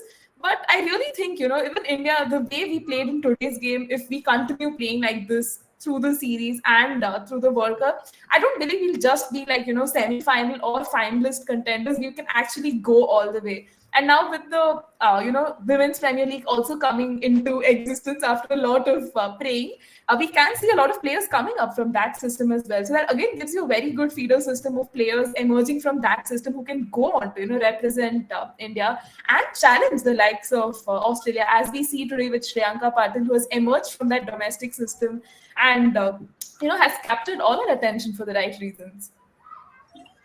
100%. And to be honest, New Zealand is one side that I rate very highly. They do have a World Cup win, if I'm not wrong. They did win the 2000 or 2001 World Cup, whenever that was held. They did win that, which happened in India, if I'm not wrong. They did. They have a World Cup win, because I remember seeing the final overs, highlights of the final overs. So I know they have a World Cup to their name. And even now, they've got the Kerr sisters. There's Sophie Devine, of course. They've got Susie Bates, Leah Tahuhu. So there are plenty of names across countries. South Africa, again, another team. Plenty of top talent across countries. I don't think that's the case, but of course, it's still we cannot sort of deny the fact that Australia have a monopoly. But again, if you go back say 20 years, down the line, if you see early 2000s, Australia had a monopoly in men's cricket as well. Did that make the other sides any less sort of skillful or talented? No, not the case. You can have a system, you can have a scenario where Australia can have, a team can have a monopoly and the other teams are still good.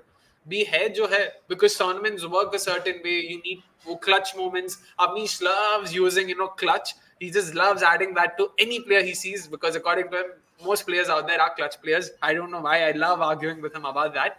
But yeah, so it's not a black and white situation here. Once again, with pretty much most things in life.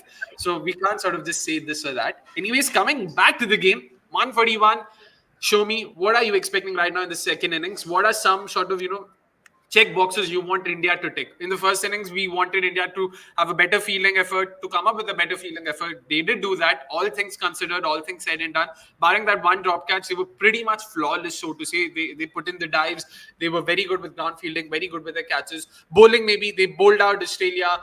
With the new ball, that was something we discussed during the ODIs as well. Who can partner Renuka? Who's there who can really be good with the ball, can consistently take wickets? Titas came and ticked that box. Death bowling, we saw Shriyanka Patil, we saw Deepti Sharma. So those boxes were ticked in the first innings. Second innings, what are some of the boxes that you have that you want the Indian side to tick? I think definitely a top order partnership is something that I look forward to, because knowing looking at the way the Indian bowlers have bowled and knowing what happened. I hope I'm not on mute, right? The comment that says "Don't bat Deepti, you will win." But sorry, Shamia, go on. Yeah. No, I think So just look at the way the Indian bowlers have bowled, and knowing what kind of quality bowlers Australia has, we can only expect what they will come up with. I think if you give a little bit of leeway to the Australian side, they will find that crack and completely get on to your side. So it's important to have those initial one or two partnerships going and securing the game much early on, rather than taking this too deep. We all know what can happen if we take the game too deep. We have seen what has happened. So let's not have those nerves wrecking at all. This is a young side. Of course, with the younger guns, we have seen what a WPL has done to them. See the kind of confidence they are bringing in. So yeah, I think getting those runs a little early on, getting a little higher in terms of the run rate pretty early on, and having a few partnerships going will be something that we should definitely bank upon at this moment. Fair enough. Neha, what about you? Boxes that you want to be ticked in the second innings? So for me, definitely, I think India should look to have a very proactive and positive, power play. Getting those runs up front will be very key to our prospects, and also try to break down the run chase. So don't get overwhelmed. Oh my God, this is such a big total to chase. Try to just break it down into boxes. At the end of the 7-over mark, I want to be at this stage. At the end of 10 overs, so that way you're not just getting faced. Oh my God, it's such a big total to chase, because we know Australia has those bowlers. Plus, if someone is having an off day, try to attack them. It's tough with a team like Australia. They don't have off days, but you still can exploit the other end. So I believe India should definitely try to get that good power play start, and eventually try to ease themselves in, and not go with that high risk cricket, which could lead to a collapse and tears in our eyes at the end of the stream. So yeah, just hoping for the best. या अगर जरूरत पड़े तो श्यामका पाटिल को time पे भेजना, बस सीधी सी बात है, रेस्ट अश्योर्ड हो जाएगा. टाइगर सेज अक्षय जन्नर RCB is imagining Richa Shreyanka finishing together. एक तो भाई मतलब यार इतना भी मेरे को मत करो, अप्रेजल है मेरा 2 महीने में, इतना आरसीबी आरसीबी करता रहूंगा तो वहां पे let's but always fingers crossed, let's hope कि अच्छा जाएगा वहां पे, and we can always hope that India wins. We can always hope Sriyanka Patil also does something with the bat. Of course, we can always hope for a bunch of things, but right off the top, right off the top of mind, like both of you mentioned, top order, especially your openers coming good is something even I would want to watch. It'll be great to watch Smriti and Shefali do what they did, what they used to do, a couple of years ago, so to say. So it'll always be good to see that. Crick crazy mix, of course, but another crick crazy stat: wickets fallen 10, caught 7, caught by Cords 6, 4 by Harman and 2 by Amanjot. So clearly this shows, the core dominance, so to say. After 33 for 4 speaks volumes how strong the Aussie batting lineup is. Yeah, we did admit to that. We did acknowledge that back then itself. The game isn't done and dusted by any stretch of imagination. We will have to wait and watch how Australia go about this, because they've got plenty of batting options. So yeah, definitely not to be the case this time as well. It's not like they were bundled out for cheap. Ooh. Darcy Brown starts there. We'll just take a few more comments, before we move on. Of course, just a point here, like going by Nikhil's logic of combining the cores. If you go with the same logic of combining the Sharmas, then we might not have any problem with Deepthi batting, right? सही है भाई, सही है, मतलब कर देते हैं, सब एडिशन कर दो, cumulative. बस यही बचा है करने के लिए. Ooh, look at that! Look at the movement there. It won't be easy, but yeah. Meanwhile, for the uninitiated, for those who are sort of trying to make sense of what Melville is trying to say, during the World Cup, we had a thing, or rather Gurkirat had a thing where sort of, to get people to like a bit more, we used to sort of come up with something. So basically, one like could be anything related to the match going on today. So one like is equal to every run that Smriti scores today, for example. So if Smriti scores, I don't know, a century, we want 100 likes on the screen. I know we are like more than a... Okay, that's a 4. 4 leg buys, or was it off the bat? Okay, leg buys signaled. So irrespective, right now, I know I haven't sort of done a shout out so far. We're more than an hour and a half into the stream. Peeps, please do make sure you're hitting the like button if you haven't already, because that's the only way more people get to know. That's the only way YouTube promotes live streams. So please make sure you're doing that, and also make sure you've hit the subscribe button if you haven't already. In terms of one like is equal to what? Let's start with Neha. What do you want to say? One like is equal to what in this game? I think one like is definitely equal to like a boundary coming off of. Yeah, one like is equal to, I think, a boundary coming off of Shefali Verma, because dropped from that ODI team, she will have like a point to prove. So I hope we get to see like a plethora of boundaries and likes here. But itne boundaries honge wo meko pata nahi, so I'll sort of just change it a bit. One like is equal to every run scored in boundaries by Shefali Verma. जितने भी boundaries मारेगी उसके runs, ठीक है? Boundary runs. Each boundary run that Shefali Verma scores, one like is equal to that. Fair. Okay, that's what Neha says. Let's stick to that. Second T20 mein, we'll have Shomi coming up with something for that. So today, one like is equal to every boundary run that Shefali scores. So now that's a bad ball, boy. That's a very bad ball. 5 wides, 13 runs already. Just 4 balls into the first over, into the first innings rather. Into the second innings rather. So yeah, that's already a great start for India there. Shefali, अभी तुम्हारे ऊपर है, कि हमारे watchalong को कितना likes मिलेगा. So please do make sure that you score some runs, and importantly score some boundaries. Now I'm genuinely rooting for Shefali there. Brown already handed over the game to India there. यार time है भाई, मतलब is that a no ball as well? Is that a no ball? Because they were showing us replays of a front foot. I'm not sure because okay, it is a no ball. She's indicating, yeah. Yes.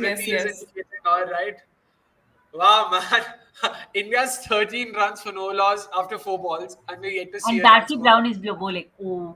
Yeah. And no, we're yet to see a run scored off the bat, and it continues to be the case. 13 extras. Oh my goodness. I guess this is some kind of a record. Like, producer Saab, if you could also just connect with us, Statsman, and sort of confirm that for us. This is the most runs scored without any run being off the bat, because this is ridiculous. Melville also goes on to say the same thing. Vasant says your broadcast is slow. Bro, we're watching it on Jio Cinema. So, kya Yeah, kare, bhai? yeah. We have to make do with what it is. Is this another leg by now? I'm curious. It could potentially be another leg by. And okay, there's no signal. There's no signal. So it runs off the No, bat. Finally, bad. finally, we have a run of the bat. Thankfully, Vasant also says Deepthi should bat it time. Yeah. Let's hope she doesn't need to bat today. Simply put, Exactly. अगर उसको batting मिल रहा है तो मतलब भाई situation वहीं पे already काफी नीचे जा चुका है. So let's hope that won't be the case. Two Bengali girls destroying the Australian side, Tejas and Marufa Akhtar. Oh wow, yaar. Way to go about integrating Bengal. Nicely done. Good job. But yeah, now coming back Love, to the love senior to Tiger women's, Rose. 100%. But going back to the senior women's ODI trophy as well, because from what I understand, Bengal also lost to Hyderabad, which was supposed to Oh, be yes, an yes. upset.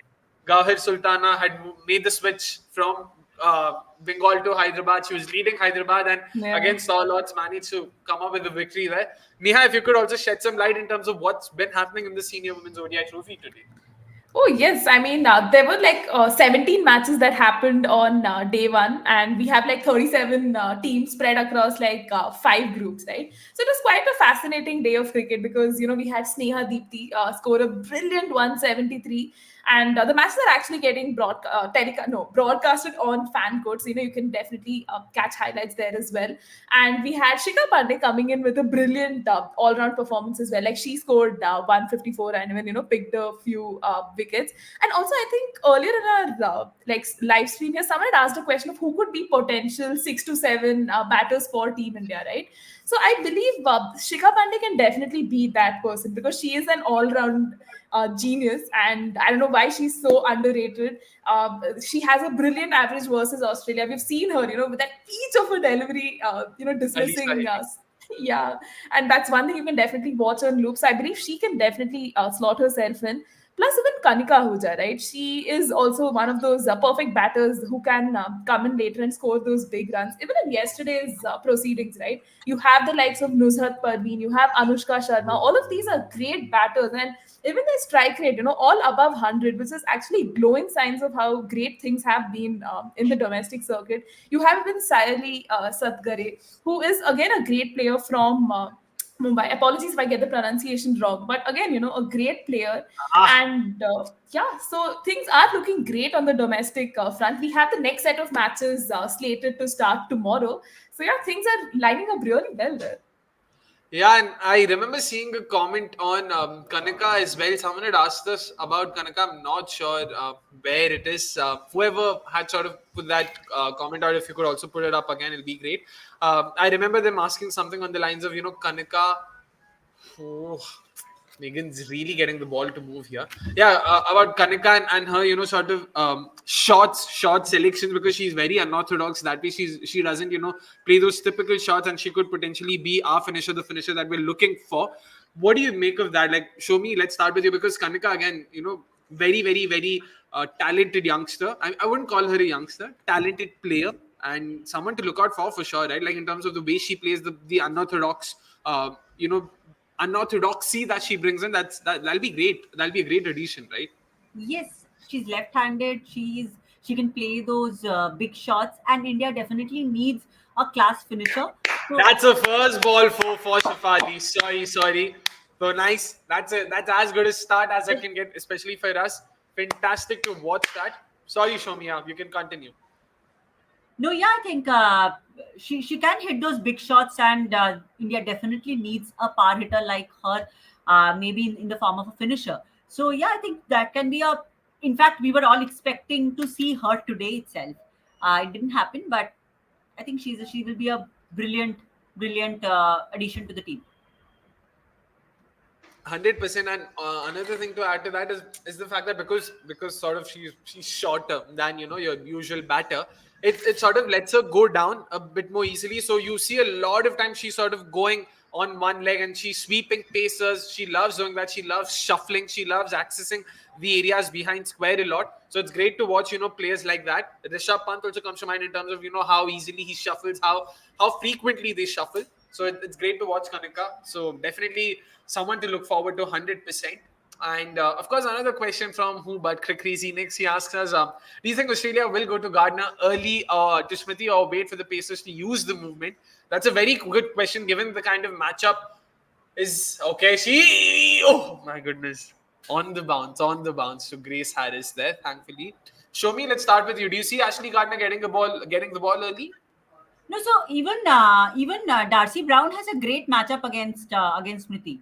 So in fact, I think Brown had picked her around four times compared to a Gardner, which is three times. So I think, yeah, I mean, Australia might as well continue with the pace bowling and extract whatever they can from the surface. Fair enough. Neha, what about you? What do you think? Because Darcy Brown clearly has a good enough matchup, but do you think off spinners, given how Smriti has struggled, especially in 2023, do you think there's any merit in Ashley Gardner being given the ball in the power play? Definitely, I think there is a merit to that pointer because when you look at the last. Almost got a wicket there. Almost, thankfully, not to be the case. Cut Shafali Verma in half there. But yeah, Neha, you can continue. Sorry. Right, yeah. So in the 2022 series as well, where India and Australia squared off against each other, we saw how Ash Gardner was amongst the highest wicket takers. So she can be that X factor who can break this partnership because we see a lot of runs are coming through extras and there are some dot ball pressure that is getting generated. But I think Ash Gardner can be that difference who can be incorporated. I thought it was going to be another boundary, not to be the Yeah. case. Elise Perry, if I'm not wrong, had fine leg because that's a usual. Yep. Oh no, that's Megan Shoot. Okay, Megan that's shoot, yeah. Yeah, Smriti is now at 2 of 13. I'm not sure if the dot ball pressure is going to play on the mind because two boundaries have came off leg buys. So it'll be very interesting to see how she sort of looks at it because it is important for her to sort of lose it because of the scorecard and all of that. They're still doing decently in terms of run rate. That in the gap. Oh, but this single, I guess. Tiger Rose also says it was my question. Yeah, do you think Kanika is our best finisher? I was Tiger Rose asking us that. In terms of Kiran Navgir as well, so I was trying to say that I'm not into impress in terms of ability to take pace.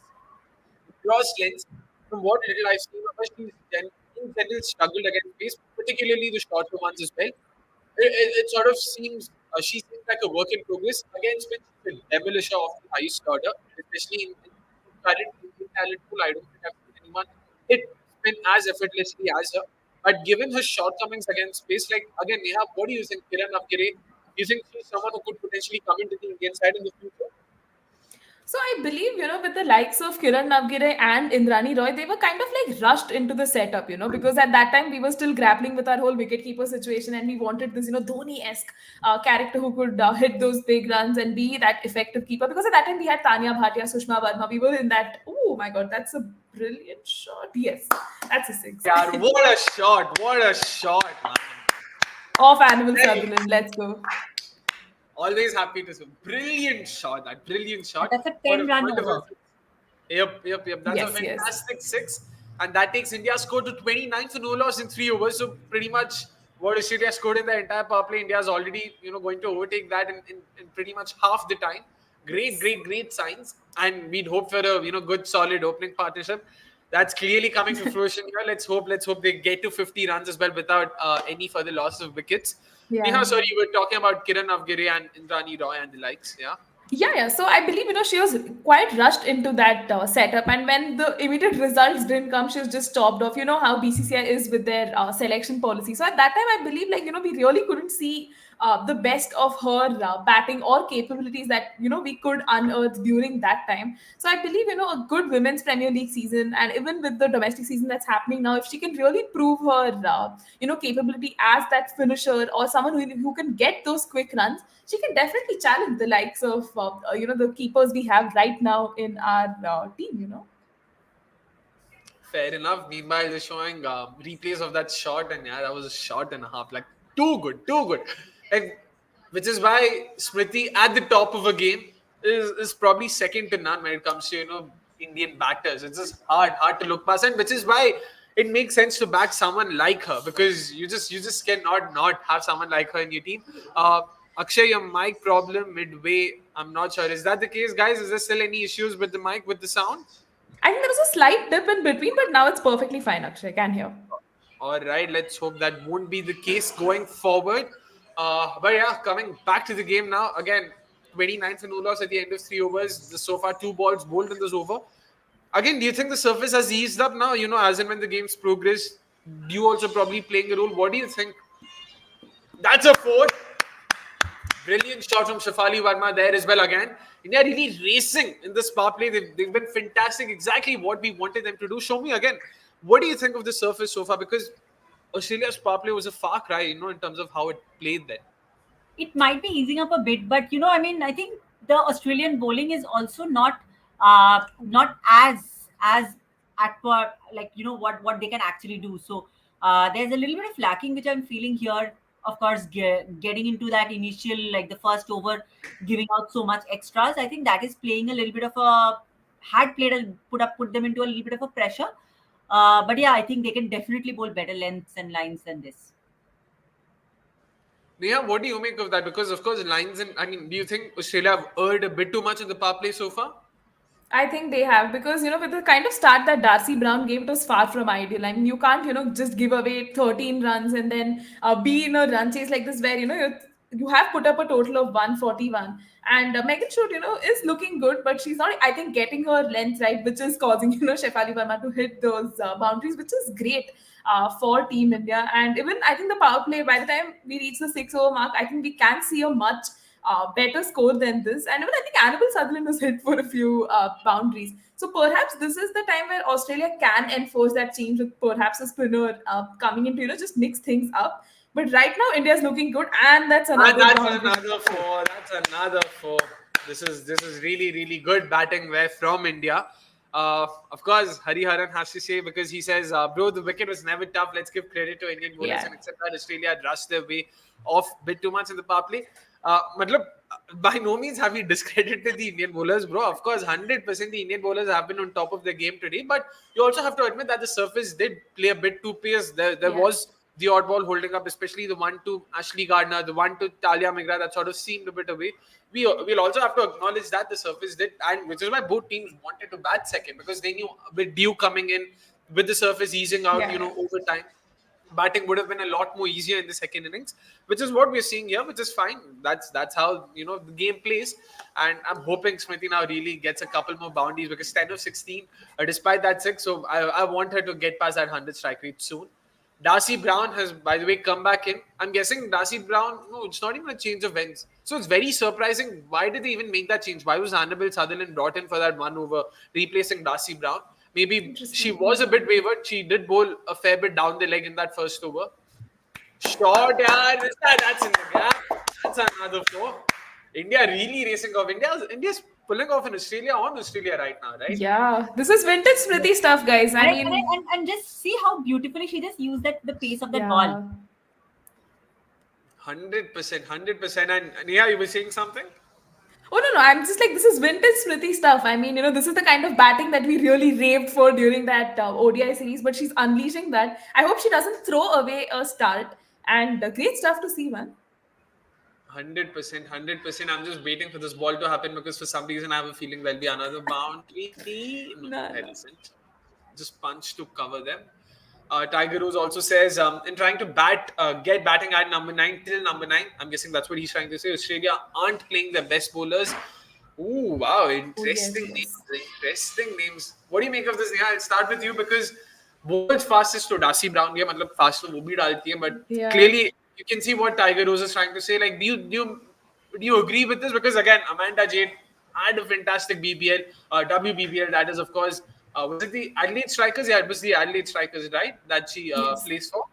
Of course, Luke Williams. How could I forget? What do you make of this? Do you agree with that? Because it's not like Australia are feeling a mediocre bowling attack right here.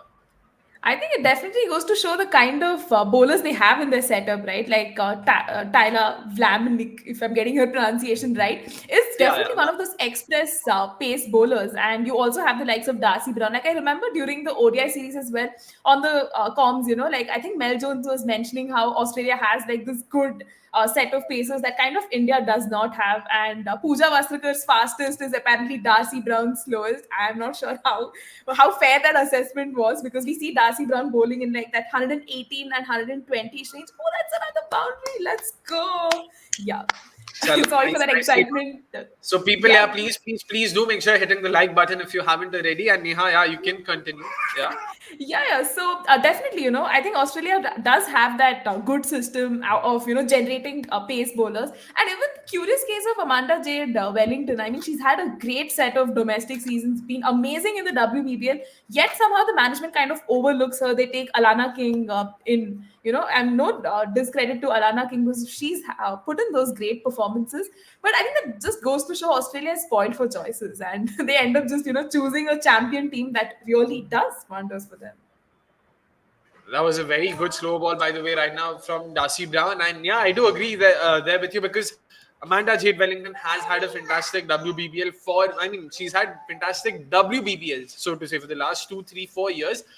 She's also a hardcore RCB fan, from what I understand. So yeah, always have to sort of give my moral support to such players, firstly. But yeah, Alana King, again, is there's no mug with the ball herself. She's been fantastic. Who can forget that ball that she bowled to Richa Ghosh in the third ODI? That dismissal was fantastic to watch. Speaking of Richa Ghosh, of course, Rakshit goes on to ask, will you send Richa at number 3? This is something we did discuss, something that we are also sort of looking forward to seeing. Shomi, let's start with you. Would you send Richa at number 3 today, or rather in T20Is in general? I think considering today we are in a, if we can continue this for another couple of overs, like if the till the maybe 1 or 2 overs after the power play, we are in a good condition, good position, and then taking that bet and putting up Richa can be a good way to try out things today. But if not, then probably considering that we also have the World Cup in line, we might as well continue with Jemima.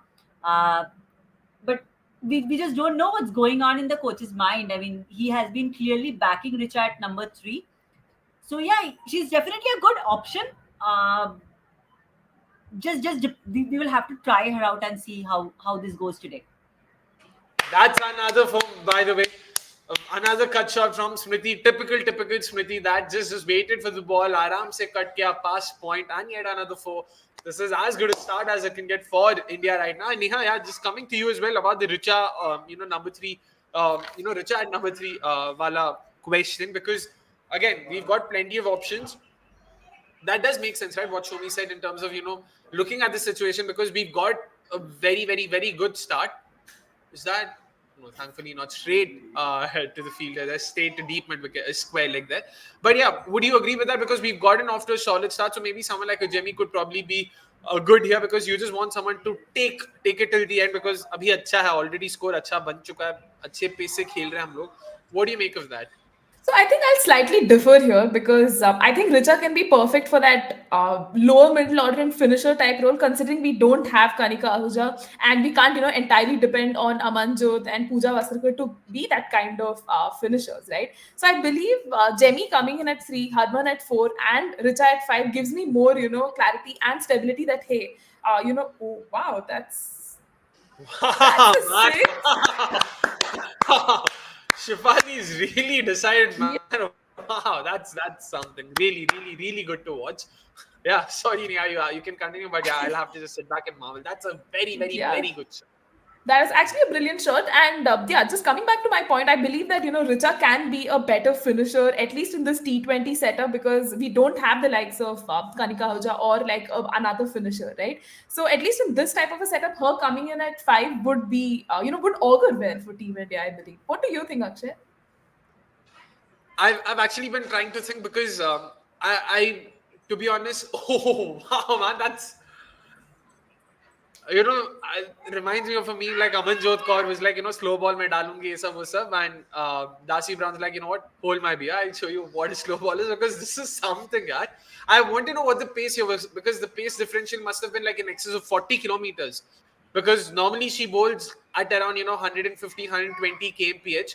This was probably in the 70s, so I really want to know how slow this was. And that's sorry, that wasn't Darcy Brown, by the way. That was Annabelle Sutherland. Sorry. Clearly, we were focusing only on the batting and not the bowling. But yeah, coming back to Richa Ghosh, I'm sorry. In T20s, I believe we shouldn't have a set order. We should never have a fixed batting order. I've always been of the opinion that we should look at entry points. We should look at where the match is going, how the match is going, and then decide. Uh, which is something very, very, very few T20 teams do well. Which is something Andy Flower has been known to do well. Sorry, have to subtly plug in कि भाई RCB अच्छा कर दो इस बार. So yeah, and so what I was trying to say, sorry, was IPL. I mean, IPL नहीं भाई, WPL और Indian cricket जो भी हो इन जनरल T20s में अभी जैसे सिचुएशन अच्छा है. You know that you're already ahead of the run rate. You know what sort of a player Jemmy is. You know what sort of a player Richa is. So I would hold back Richa right now because Richa की जरूरत नहीं है. If now imagine the reason why I say that, let's sort of think of the counter.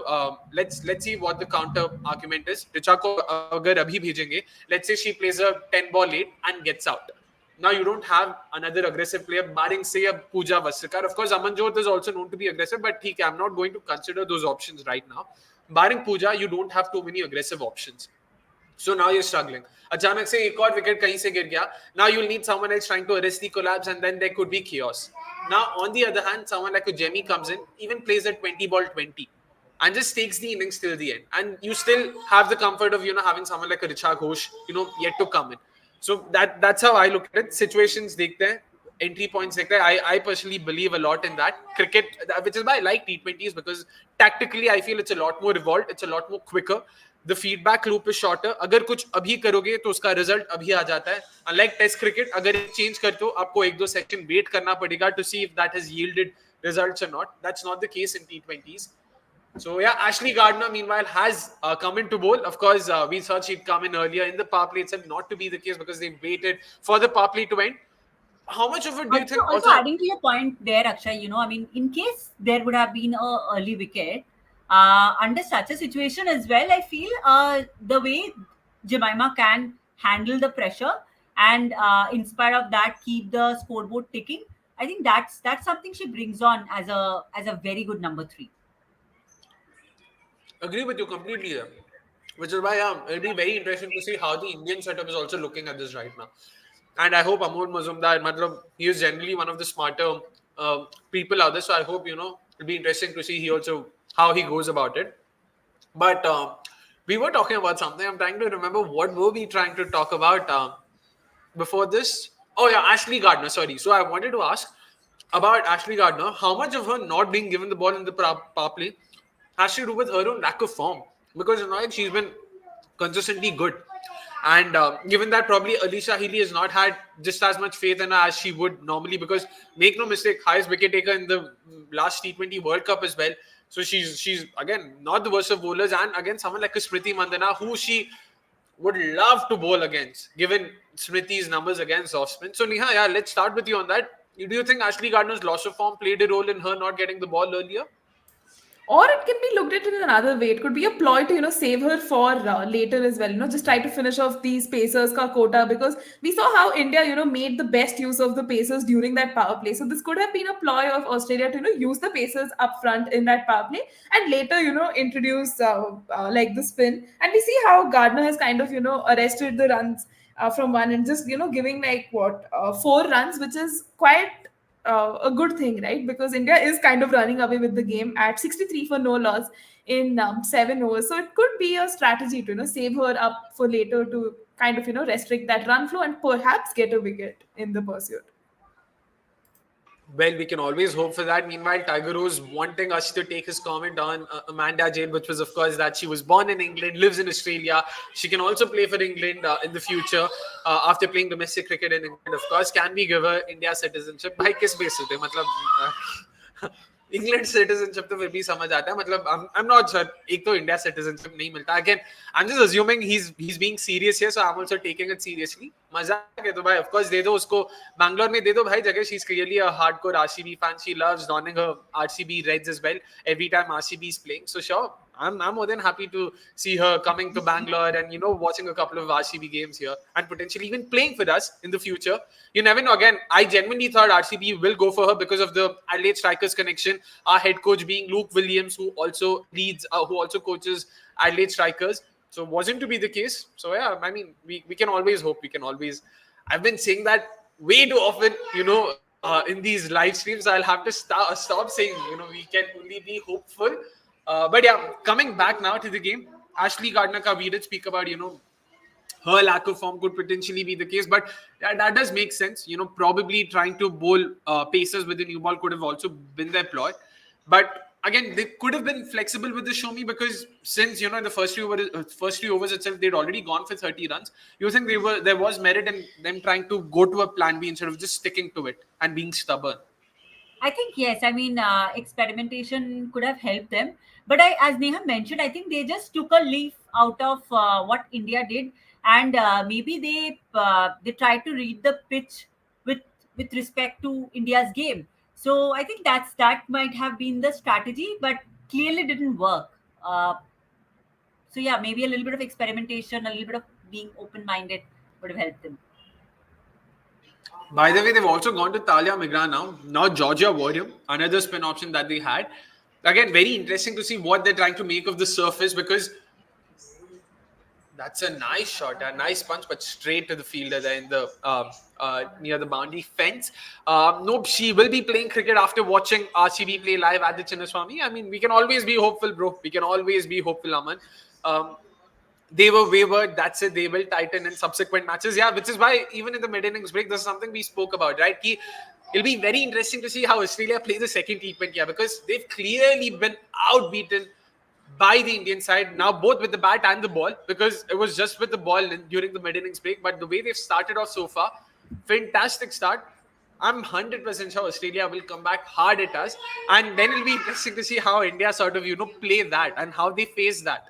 So yeah, a lot of things to look forward to. The series is already becoming very, very, very interesting, and we're still just in the second innings of the series. We've still got 2 more matches on the 7th and the 9th, and guys, we will be doing watch along. So both of them. Is that a 4? That's a 4. That's of course a 4. Fantastic shot from Smriti Mandana. She's really getting going now. She is really, and someone had mentioned Tuk Mandana. Navodit Bhai, she also had 2 fours, that were, of course, awarded as leg buys. So tension nahi. Aram se, we are well above the run rate here, well above the required run rate here. So not to worry too much about that.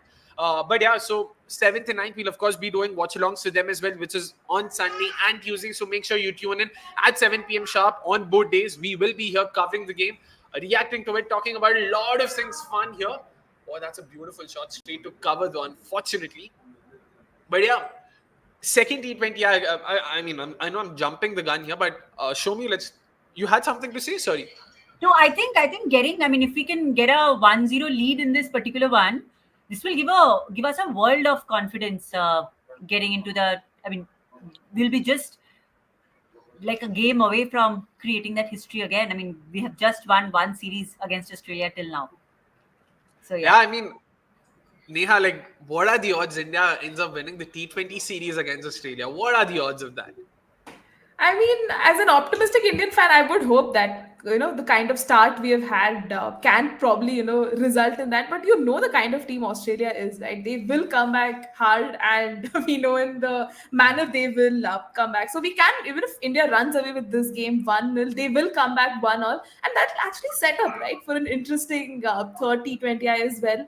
And I think even although the the score line from the last T20 series read 4-1, it was a well contested series. India really gave it their all, and I expect tough contests this time around. But I hope to see us, if we get a 3-0 scoreline, nothing like it. It'll be the absolute boost we need going ahead. To that T20 World Cup that's happening in Bangladesh in a few months.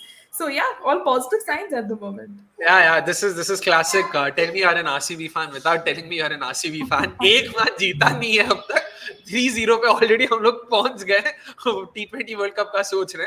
Nice. I like the optimism. And Smriti gets another 4 potentially. Yep, that's another 4 for Smriti, man. She's on the roll here. That's 3 bounties in quick succession. And all of these coming to Gardner, it means a world. 100%. Couldn't agree with you more there. And Hari Haran also says, like, why are you guys reacting as if India's chances are as good as India qualifying for the FIFA? I'm genuinely trying to think what to make of this, because is he trying to take a diss at us? Is he trying to be sarcastic? Because I mean, bhai, itna to banta hai. It's not like the Indian team is that bad. Come on, you can't possibly say ki, this team has just as good a chance. I'm guessing he's talking about the T20 World Cup here. As India qualifying for the FIFA, come on, we're better than that, right? Come on, in terms of odds at least. I'm not saying skill, but strictly talking about odds. Don't we have better odds? Come on, peeps. Let's be a bit more optimistic than that. And this is coming from someone who loves playing the devil's advocate every day. So yeah. But anyways, coming back to the game, and in terms of what to look forward to, of course, Indian players we'll next be seeing them in the WPL, which is expectedly going to start next month.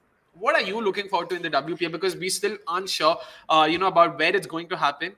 Uh, no RCB again. सीधा पहले दूसरे teams RCB end में आते हैं हम लोग.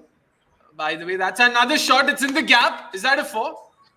Of course, no, because there is Talia Migra, that is. Yeah, of course, it's Talia and Elise Perry manning those boundaries, so we won't see anything. But yeah, coming back to the WPL, any names in particular that you're looking forward to? Kashvi Gautam got 2 crores, Vrinda Dinesh got 1.2, if I'm not wrong. A lot of those uncapped players, getting big bucks. Any names in particular? Show me, let's start with you in terms of the WPL. Any uncapped players that you're looking forward to, or any unknown names in general that you're looking forward to? No, I think Kashvi Gautam has been, is someone that I'm really looking forward to. Of course, considering she has been she's a very good player. But beyond that, a big purse also puts on a lot of pressure on you. As a youngster, how she deals with that is something that I'll really look forward to. And definitely, she has been looked upon as someone who can really make a lot of difference, and that's why that kind of a money has come in. So yeah, I look forward to that. Beyond that as well, Annabelle Sutherland going in such a high price. I'm pretty sure that she will be bringing in a lot of value. But yeah, I think definitely I'm looking forward to the big guy, the big game, like big money takers here. Not for the fact that I don't have any concerns about the kind of players. That's another four, by the way, for Shafali Verma. She's edged it. A bit lucky there, but yeah, we'll take all the luck that comes our way right now. But yeah, sorry, Shumi, you can continue. Sorry. Yeah, I was just saying that it's not because that I doubt the kind of quality players they are, but the pressure that the purse will bring upon. 100%. Neha, what about your names you're looking forward to? For me, it definitely has to be Vrinda Dinesh, because heading into the auction as well, I was like, she definitely deserves to get picked by a team. And, getting picked for the price she did, I was like, brilliant stuff. She's been great for Karnataka in under 23. I was coming to that. How much of it has to do with the fact that it's a Bangalorean lattice that you're talking about? Yeah, there is that slight bias, but either case, she's had a great under 23 trophy, amassing runs. And I was just basically very excited with the prospect of her being this middle order bat for India as well. And besides that, even S. Sajna, right? She's been great. Like, I remember during our watch along, we were like having a little fun with the name and everything, but what a player. Even yesterday, she scored a century, and I was like, brilliant stuff. She's Definitely a leading potential. Kerala in Minu Mani's absence, right? Yes. And she's been brilliant, right? So these are players you want to see in a stage like the Women's Premier League absolutely shine, rub shoulders with these experienced international players, and quite excited to see these two specifically. 100%. Just I'll add a couple of names. Shubha Satish, whatever I saw of her in the first Yes. test, I mean in the test against England, fantastic batter. Very calm, very composed. Couple more names that I will add. अरे अभी तो आया था दिमाग में भूल गया मैं. Oh yeah, Amandeep Kaur, sorry. Because we don't see left-arm wrist spinners too often in women's cricket. So someone like that coming, and whatever little clips that were available online, she has a very nice action, very good control as well. So definitely someone to look forward to. So yeah, those are the two names I'm looking forward to, amongst a host of other names, of course. Misses out there on the full toss. Aman, of course, says, look forward to how RCB would bottle another WPL despite having such a good side. कर लो भाई, कर लो भी. क्या बोले? कुछ बोलने का है. No, I'll have to quote Mr. Vicky Kaushal from Masan. ये साला दुख का ही खत्म नहीं होता बे, बस बोल के आगे बढ़ते हैं बस, और क्या ही बोले. But Vasant says this is in addition to what he said earlier that Australia have been wayward, they will come back in the subsequent matches. He also went on to say that how that's another 4 for Smithy, yeah boy. This is a fantastic start. 10 overs done, 86 for no loss for India. Mind blowing start, man. Mind blowing start. So Vasant says, my personal opinion is how can Mandana overcome her offie troubles? This match, Australia strategies were bad. General question, how did this creep in? Interesting. Neha, let's start with you in terms of Smriti because, again, it's not like she always struggled against offspin. This WPL is when it really came to the fore, being dispatched by offspin in 6 out of 8 innings, if I'm not wrong. But when did you think this happened, and is it something that was always there with her? I mean, Smriti Mandana made her debut quite early on, so I really didn't believe that she had this struggle against a specific sort of bowling. But then I think eventually she can get better, play a lot of domestic matches because you see a good array of spinners in the domestic circuit right now. You have Ekta Bisht, you have Poonam Yadav, who are brilliant bowlers themselves, and trying to challenge yourself against oppositions like this will definitely do you a world of good. So I wouldn't call it like a big problem because I know we have seen her, get dismissed to Ash Gardner, Sophie Eccleston in the past and everything. But this is something she can definitely overcome. Age is on her side, and we will see her definitely bounce back stronger. And I think even this comment mentions how Australia's strategies were bad in general. I mean, that's the whole point of a T20 game, right? There are so many ebbs and flows. It is a very volatile format. You see so many things happening at the moment. So it's not like Australia were bad or something. It's just that India were better on this day. And as Indian fans, I think we don't get a lot of occasions to say that, that India was actually good with the way we bowl. And now even with the batting, how the run chase is actually panning out is definitely positive signs heading into that World Cup, considering we aren't playing a lot. So all in all, it is looking good. And I hope we can just keep this momentum up and not jinxing it, yeah. Also, to adding to that, I think we have so many offies in the side right now. She Yeah. must be getting a lot of time in the nets. Fair enough. Fair enough. I mean, again, the thing is, I'm just so happy right now just seeing these two do so well because we spoke about how the top order has to come good and that's something that we would want to see today. That's one of the boxes hopefully India will tick. And they've ticked it in how, man? Like 82, 86 for no loss at the end of 10 overs. Couldn't have asked for a better start for sure. But potentially we could even eye a 10-wicket win from here. And yeah, I mean, I hope I'm not being too optimistic here. So yeah, let me just those, calm those emotions down. Quick Crazy next, of course, asks us, do you feel Healy always relies on specific individuals only? But like she hasn't even used Warren yet. Doesn't Bull Jonathan also often?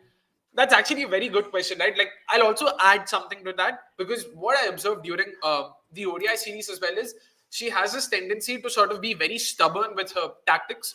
Like even today in the power play, like we mentioned, it might have been their plan A to sort of use pacers with the new ball because they'd seen how the first innings had fared. But she could have also changed now after the first few overs, they'd gone for nearly 30. She still stuck to the same pacer. She didn't go back, she didn't go to spin, she didn't go to a plan B. What do you make of that? Like, do you think this is true with Healy or the jury's still out and that?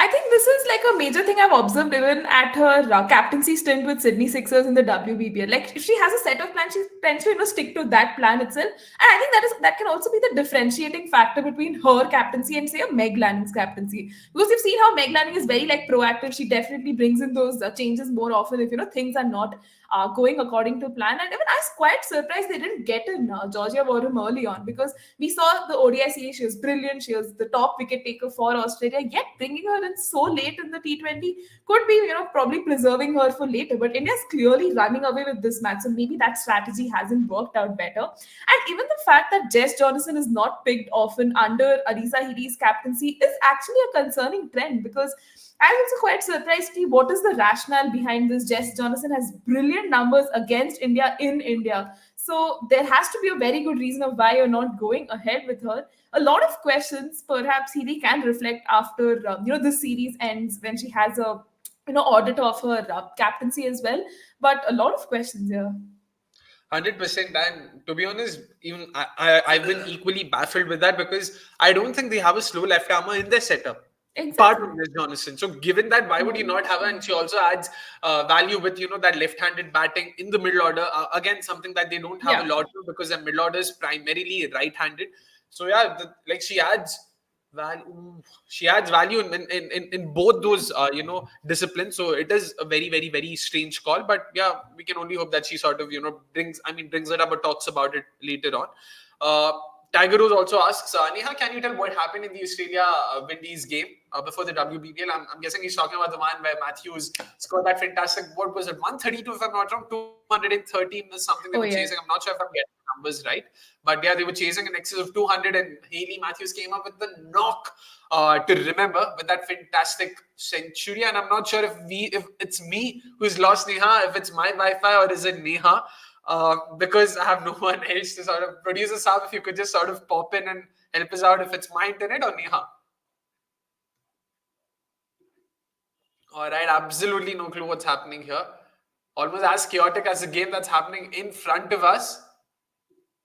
And yep, okay. Thankfully, our producer Saab has confirmed that it is Neha's internet. Let's hope she sort of sorts that out.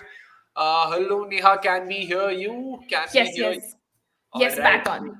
Yep, I don't know yep, how yep. that drop happened, but again, I think in the Australia versus West Indies series that you were alluding to earlier, that was again kind of surprising, right? We saw how Australia like won those games, but then West Indies was just like riding on Hayley Matthews' form, right? She is the stellar player. Any team she's a part of, she is that value addition sort of a player. So I think even in that series, Australia was like tested across a lot of frontiers, and they did come out. I think they won the series like 2-1 or so, no 3-1 or so, and like I think one match didn't have a result.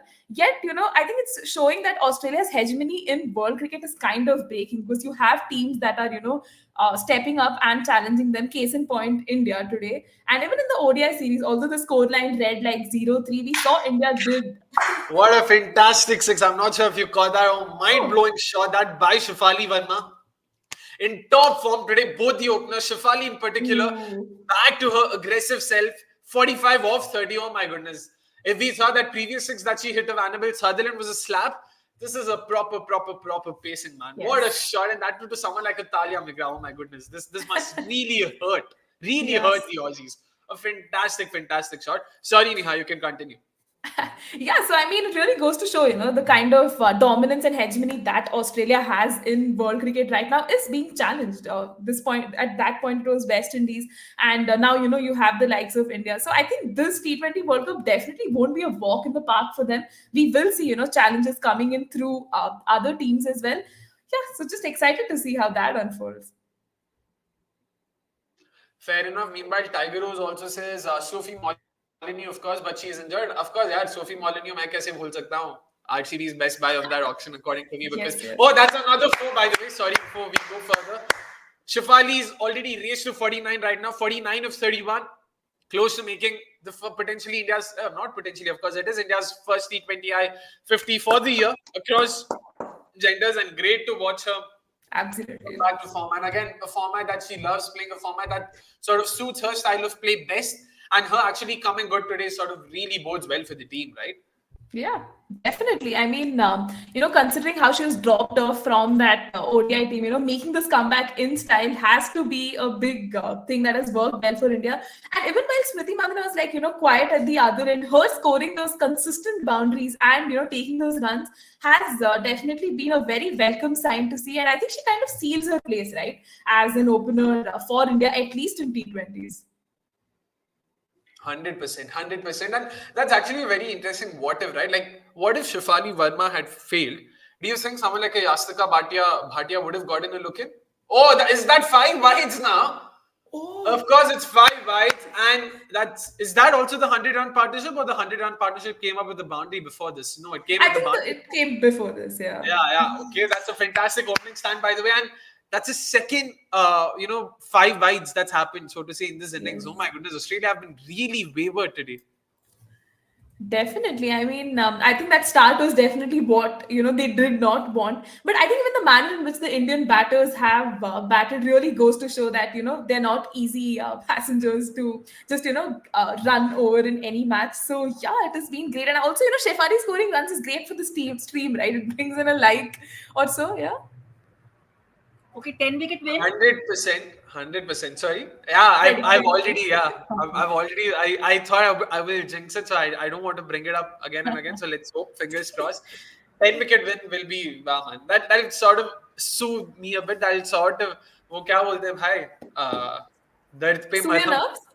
Yeah, yeah. But okay, that's also Shafali Verma's 50, by the way. A 32 ball 50. It's been a fantastic knock from her. Strike Mind rate. exactly what we wanted.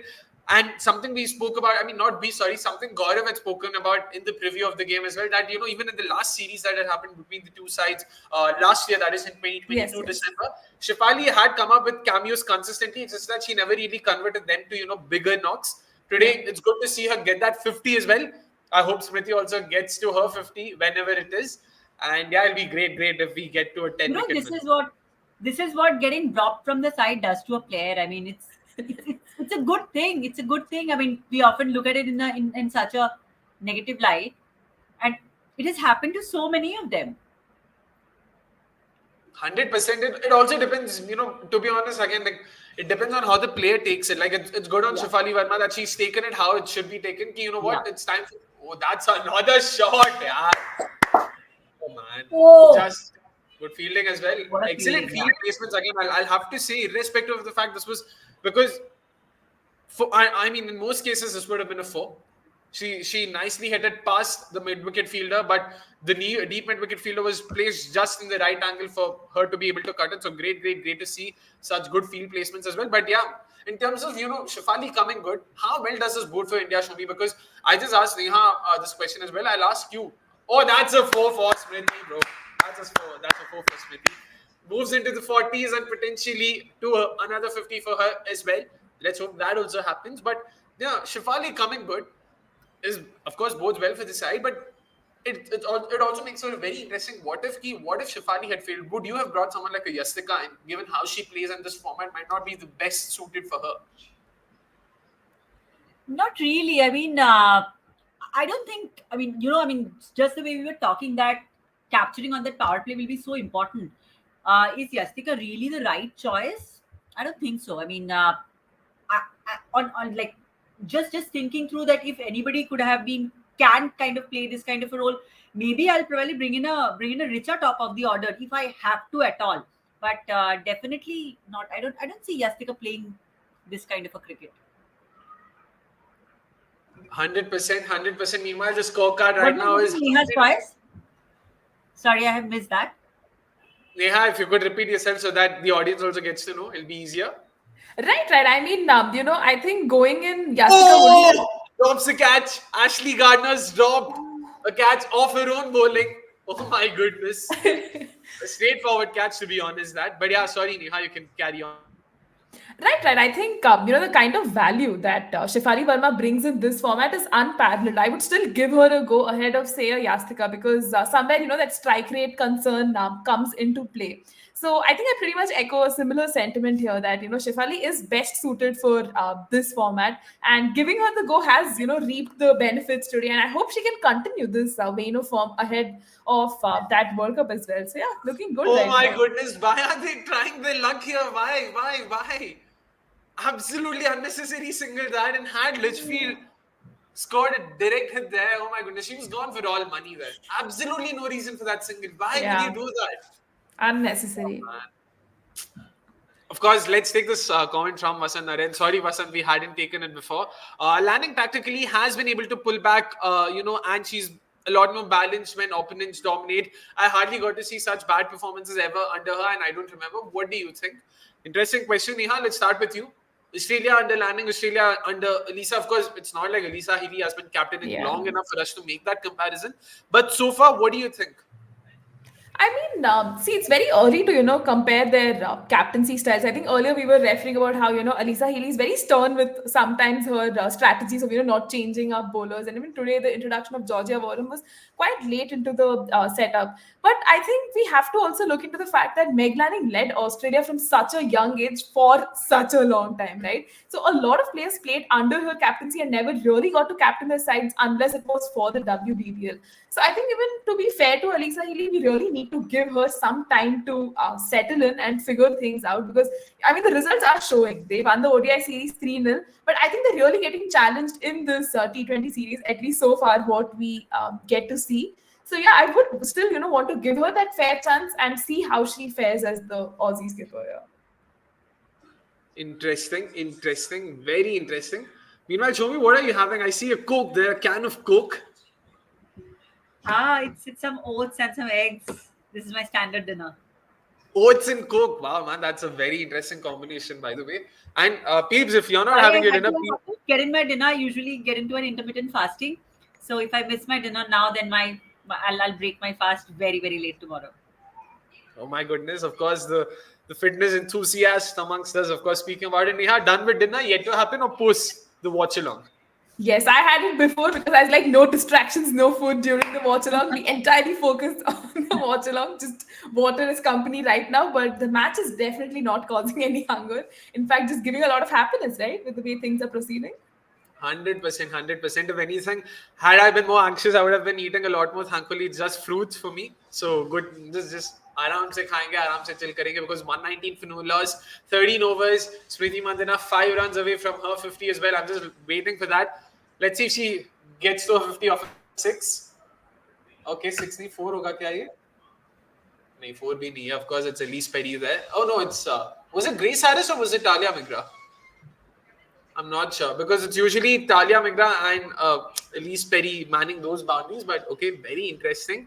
Stars absolutely aligning for a 10-wicket win here. Hari, 100% agree with you there. Not often would you see such a simple catch being dropped, and also that missed run-out opportunity. So 100%. Let's wait and watch what happens, because I'm hoping India sort of dominate and just go through. It's not like they sort of nudge around till they sort of end the innings. अरे भाई शिफाली, ये आपका game नहीं है, मत करो. Interesting. By the way, even the test match that ended in a couple of days, what did you both make of that? Because no one saw that coming, right? A test match ending in 2 days in less than like 120 overs. Ridiculous. And then 6 ducks. Goodness, Ducks in the scorecard. I mean, but are you guys watching the Australia-Pakistan? Oh man. That's such a good one. Yeah, in love with Amir Jamal, in love with Mir Hamza as well. I've loved watching both of them, and again, no, I'm in love with Shan Masood. I mean, what I haven't ever heard any of the Pakistani captains speak so good English, apart from, of course, Imran That's Khan. a bad ball. Punished. Oh man, we should have punished that. Okay, but 100% agree with you. Definitely, it's been a while. Probably not since Imran Khan and Wasim Akram have I heard someone be so confident. Definitely, and tactically as well, he's not been the worst. I loved what I saw in that Steven Smith dismissal as well. The way he sort of got it, very good to watch. Running between the wickets is very bad between Shefali and Smriti. That's actually a very good point. And so, like, both of them aren't the quickest of runners, and both of them are happy sort of saying no and denying quick singles. But again, the Australia-Pakistan game, of course, 68 for 7 is what Pakistan is at right now. I was hopeful कि कम से कम एक match जीत लेंगे, कुछ तो होगा. It'll be great to watch. Doesn't seem. But हर एक match में they have really challenged such a good Australian side. So in every match we almost felt that Pakistan will take it away, and then of course it's Australia. They will come. They have come back into the game, but at least creating those opportunities speaks volumes. Fair enough, 100%. Because when you're playing with so many debutants, so many youngsters, so many players playing for the first time in these conditions, and make no mistake, playing Test cricket in Australia isn't the easiest for someone who hasn't played there before. Yeah. Getting used to the pace, the bounce, and MCG is a proper setting to play, because the crowds get to you. There's a lot of sledging going on. For those who haven't seen, again, thanks to Amish, I also got to know about what Wasim Akram had to say, what he faced 20 years ago, when he was fielding and all of that. Great to watch. Always great, makes some great viewing. So it's been a fantastic game. Let's see what Pakistan have, for us in store tomorrow as well, because I'm hoping Amir Jamal comes up with something more again with the bat. That's already way too much, but one can always be hopeful, like I've said all night long. Oh my goodness, I can't believe I went back to that. It's almost like my go-to line. Very upset with it. But yeah, Aman also, by the way, says, I fear India have used all their luck in this match. 1-2 in favour of Australia. ये भाई गजब level के The poor Indian fan in us. We understand where he's coming from. I mean, seriously. But yeah. But do you? Oh, shot, yaar. Is that Oh, a wicket? Is that a six? That's a six. That's a six. Oh No my God, luck there. No charisma. luck there, Aman. 100% no luck there. What a shot, yaar. What a shot. Slog swept it past the cow corner fence, sorry. And yeah, India now need less than 20 runs. India need only 11 runs. Smriti is 1 run away from her 50. Come on, Smriti, just get done yes. with it already. Come on, we're waiting for that. And yeah, 10 wicket win now, well and truly in sight. Neha, but what do you make of this? Do you agree 1-2 in Australia's favour? Is that what the scoreline is going to look like at the end of the series? I mean, as an optimistic Indian fan, again, I would hope that is not the scenario because a T20 series win would be great. Was That's it a another drop drop catch, by catch? the way. Oh my That's god! another Yeah, drop catch. But this was a lot more difficult for Ashley, but yeah. yet another drop catch. No, but either case, guys, I think this is a complete routing of Australia, a brilliant, memorable win for us to savor. Look at the spectators in the stands, absolutely lapping up every single moment. And as we watch the game on Geo Cinema, there's 67 lakh people watching the match. This goes to show, right? This women's team has come from a time when they struggled for like viewers and spectators to a time when people are thronging the stadiums to watch them. And this performances like this, that remind you that this is a team that is not going to, let Australia get away. And yeah, we're in a very comfortable position right now. I think we just need another 10 runs to seal the match and, get that perfect 1-0 scoreline on the board. So yeah, things looking perfectly positive at the moment. But 100%. even, And also, even today, is it that the game is like they're not charging for the tickets, right? Even now. I'm not sure of this actually. I'll have to check on that. But Yeah. if I'm not wrong, the ODIs had some a very I minimal mean, fee, right? If I'm not wrong. So I'm not sure what the scene is with the T20Is. Could be the case. Could very well be the case. I don't personally agree with it, but ठीक है, जो भी है. But producer sir, if you could also help us with something, is this if India end up winning this game by 10 wickets? Is this the first time India would be defeating Australia by 10 wickets in T20s or in any format for that matter? I don't think India has ever defeated, Australia by 10 wickets. By the way, this also. Wait, did I just read that right? Did I read this stat right? I sub. The first century partnership in T20 is for India for any wicket. And Brilliant that's stuff. also Smriti Mandhana's 50, by the way, her 23rd 50. And is this Smriti's slowest 50 is what Vasant immediately asks us. We'll also ask our producers up to help us out with that. So producers have two questions. Could this potentially be our first ever 10 wicket win against Australia? And is this Smriti's slowest 50? Yeah, Vasant, our statsman, will be on the job and will help us out with that. But he also adds with Smriti getting pretty 20s. Is it okay if she takes conservative route and take it deep and let others to go bang bang and just attack? Neha, you seem to be nodding in agreement. I agree with this. Absolutely. I mean, if as long as you have an attacking Shefali Verma on the other end, I definitely want Smriti to take that backseat and play that anchor sort of role. Hitting those periodic boundaries, being a good runner. Today, I mean, was not the probably best exhibition of them. Having that chemistry and running well between the wickets. But either case, I think we got to see a good knock from Smriti Mandhana. Although it's a runner ball 50, the match was definitely in our favor. I think the conditions also kind of eased out, right, for the batters to get the most purchase out of these conditions. So it was a good batting performance, and it's fine if Smriti, kind of takes this role and still gets those runs. Yeah, that's a boundary. And speaking of which, Smriti also gets a boundary. Clearly, पानी के साथ message भी आया कि भाई जल्दी रफा दफा करो, अंदर जाके अपने को रील वील भी बनाना है जमी के साथ. तो करो भाई, अपने को क्या है? Nicely done. Excellent shot that from Smriti. Early days, but Healy doesn't seem to have the same relationship with her bowlers, says Aman. Interesting point, because again, Alisa Healy, Meg Lanning, both are two very different personalities. That way, Alisa Healy is a lot more in your face, a lot more sort of. Okay, is that a wicket? Is that a six? Oh man, that's a fantastic catch from Grace Harris. Georgia Wadham gets Smriti Mandhana, I and think that was that team won't be act, a Akshay. Team act taking the Oh, that catch. was Steve Hunt? Oh, for some reason she okay. For some reason I thought that was Grace Harris. Sorry. And Brilliant yeah, catch, brilliant, single-handed. brilliant catch. Excellent fielder. ये तो पता ही था अपने को मतलब. यार मतलब it was there. I also understand she probably wanted to sort of finish it in style. Yeah, Yeah. in style. Oh man, what a catch! What a catch! That's a proper catch. Georgia But you won could her see first series. yeah.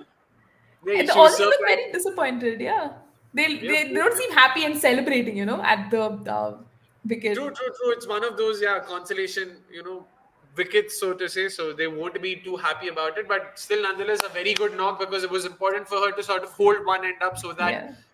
Shafali from the other end could go all guns blazing. But yeah, going back to that Alisa Healy point, two very different personalities.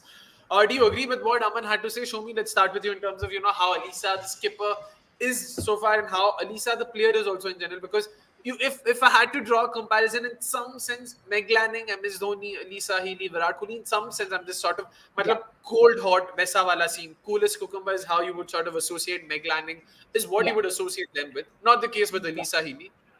No, not really. So I think very different personalities, but also at the same time, I heard. I think it was one of her interviews during the Test match when she was asked about her captaincy style, and she spoke about how it's not exactly a dictatorship, and how she will be communicating with the players.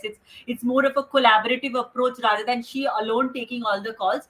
So I think she seemed very positive at that moment, and also she is somebody who leads from the front, so it might come across as something which is a little aggressive, but beyond that, she seems to be quite much in collaboration and quite much in a good space with the entire team. Also, look at the kind of decisions. I mean, the other day when she took that DRS call, how the bowler was not really pressing for it, but she took a call. Of course, it turned out to be a good decision, but we generally don't see these things completely coming through. So yeah, it looks like that. It doesn't occur to me at all. At least looking in from TV, that there is any kind of a disparity there. But yeah, she's very young as a captain. In all fairness, she should be given her chance, and she's filling up a very big shoe. So she will definitely have that pressure coming in. Oh, definitely. And again, it also sort of helps that, when you captain is also the keeper, like Shomi mentioned, with reviews and all of that, and also with understanding how a certain batter is playing because you're always in the center, you're always in the middle, so you get a better understanding. So that's definitely there. That's definitely something that helps. But Neha, yeah, like, again, in terms of personalities, them being two different personalities, you think that could potentially affect her captaincy and the way she leads the side? Definitely. I mean, although, she has that WBBL experience with Sydney Sixers, but the Australian setup is very different. And, trying to marshal this troop and get the best out of them is, proving to be a challenge. And I think we earlier also, reflected on this point. But I think I'd also want to bring in this train of thought that the fact that they chose Alisa Healy as the captain shows they have some faith, in her captaincy, because you have a lot of senior players in that setup. You have the likes of Elise Perry, you have Beth Mooney, who have themselves also, been captains at different points in their career in the domestic circuit and in the WBBL. So I think, to be fair to Alisa Healy, let's give her a fair chance. This is still early stages of her Aussie captaincy. And yeah, let's see how things still pan out. We need to probably give her a World Cup to, again, see how things kind of settle in. And again, she's filling the big shoes of Meg Lanning, right, who led the team for such a long period of time. And that is no mean feat. So for the successor, it is always going to be very challenging. But I think these are situations, right, that kind of bring the best out of you. And I hope we get to see that version of Alisa Healy as well. Yeah. Fair enough. I was hoping that would be a boundary, but not to be the case. Meanwhile, this is the second highest partnership for India in the T20I history. And of course, who to be at the first place? Smriti and Verma, of course. 143 against West Indies in 2019. 5 years later, Mandana and Verma again, 137 against Australia this time around. Great to watch. Hopefully, first of many such fantastic opening partnerships this year, leading up to the World Cup as well. Ooh, interesting. Megan should come and ground the wicket. Cricket XYZ also says, finally Shafali coming to know the value of a wicket. 100%. ये जो भी बोलना चाहिए आप बोल लो. मेरे को फर्क नहीं पड़ता because as long as she's scoring runs, that's all that matters. And yeah, and great to watch her because it's been a while. It's been a very long time since I saw her play such an impactful knock for the Indians. Of course, Delhi Capitals में थोड़ा बहुत फिर भी देखा था and all of that. But for India, it had been a while. Long time coming. It's good that it's coming at But the I right think I time. think like the in the past also in the last few instances she has actually thrown off her wicket. So it's good for her to, kind of take up whatever, maybe consider this as a comeback and come back into the side and play this knock. So it's good. It's really good for her. All right. So my next question to both of you would be: who's your player of the match for today? Who's starting? Neha, let's start. I mean, there are no guesses on this one. It definitely has to be Tita Sadhu. I mean, if it was not for her spell, I don't think we would have seen the kind of collapse that Australia did have at such a young age. We were definitely rooting for her to come in earlier in the series. Hopefully in that ODI series. But chalo, better late than never. She came in this T20 team and immediately delivered. She stood up in that occasion and delivered. So for me, she definitely has to be the player of the match, and I hope she wins the award as well, as a testament to the kind of performance it's been. And yeah, it was kind of a close tie with Shefali, but let's give it to Tita Sadhu. Yeah. Shomi, what about you? Should it be Shefali's Exactly. coming? No, I That's it. think exactly because, of course, if we wouldn't have had restricted Australia to such a low total, it wouldn't have been easy for either of the batters to come in and play like this. So yeah, definitely it has to be, Titar Sadhu's spell. 100%, and I'm not sure what's happening. Yes, 7 runs in the last 2 overs. Why itna dheere kyun khel rahe ho? Itna like almost makes me wonder like what are they worried about? Why not just go for your shots now, get the game done? And also, what was interesting to watch was that Harmanpreet Kaur was padded up. So she was most likely going to bat next. So clearly, Richa Ghosh is playing the finisher's role in the T20 setup. That's what it's most likely looking like, which is great to see. But again very interesting thing right like मतलब दो formats में एक तरीके से खिला रहे हो, एक तीसरे फॉर्मेट में अलग तरीके से खिला रहे हो. Again we still not sure. Finally a shot, but no, that's still a single, so one more run to go. But we're still not sure about it. If this is them sort of playing the situation or they want Richard to be their designated finisher. So let's wait for a few more games to happen before sort of we sort of clearly understand, what they're looking at and how they're looking at Richard Ghosh, the batter, in the T20 setup at least. Crick Crazy Innings, of course, also says it's good for cricket to have Australia showing that they can be beaten more often. England did it too. Oh, I remember that Ashes series as well. Heather Knight also came up with a fantastic performance.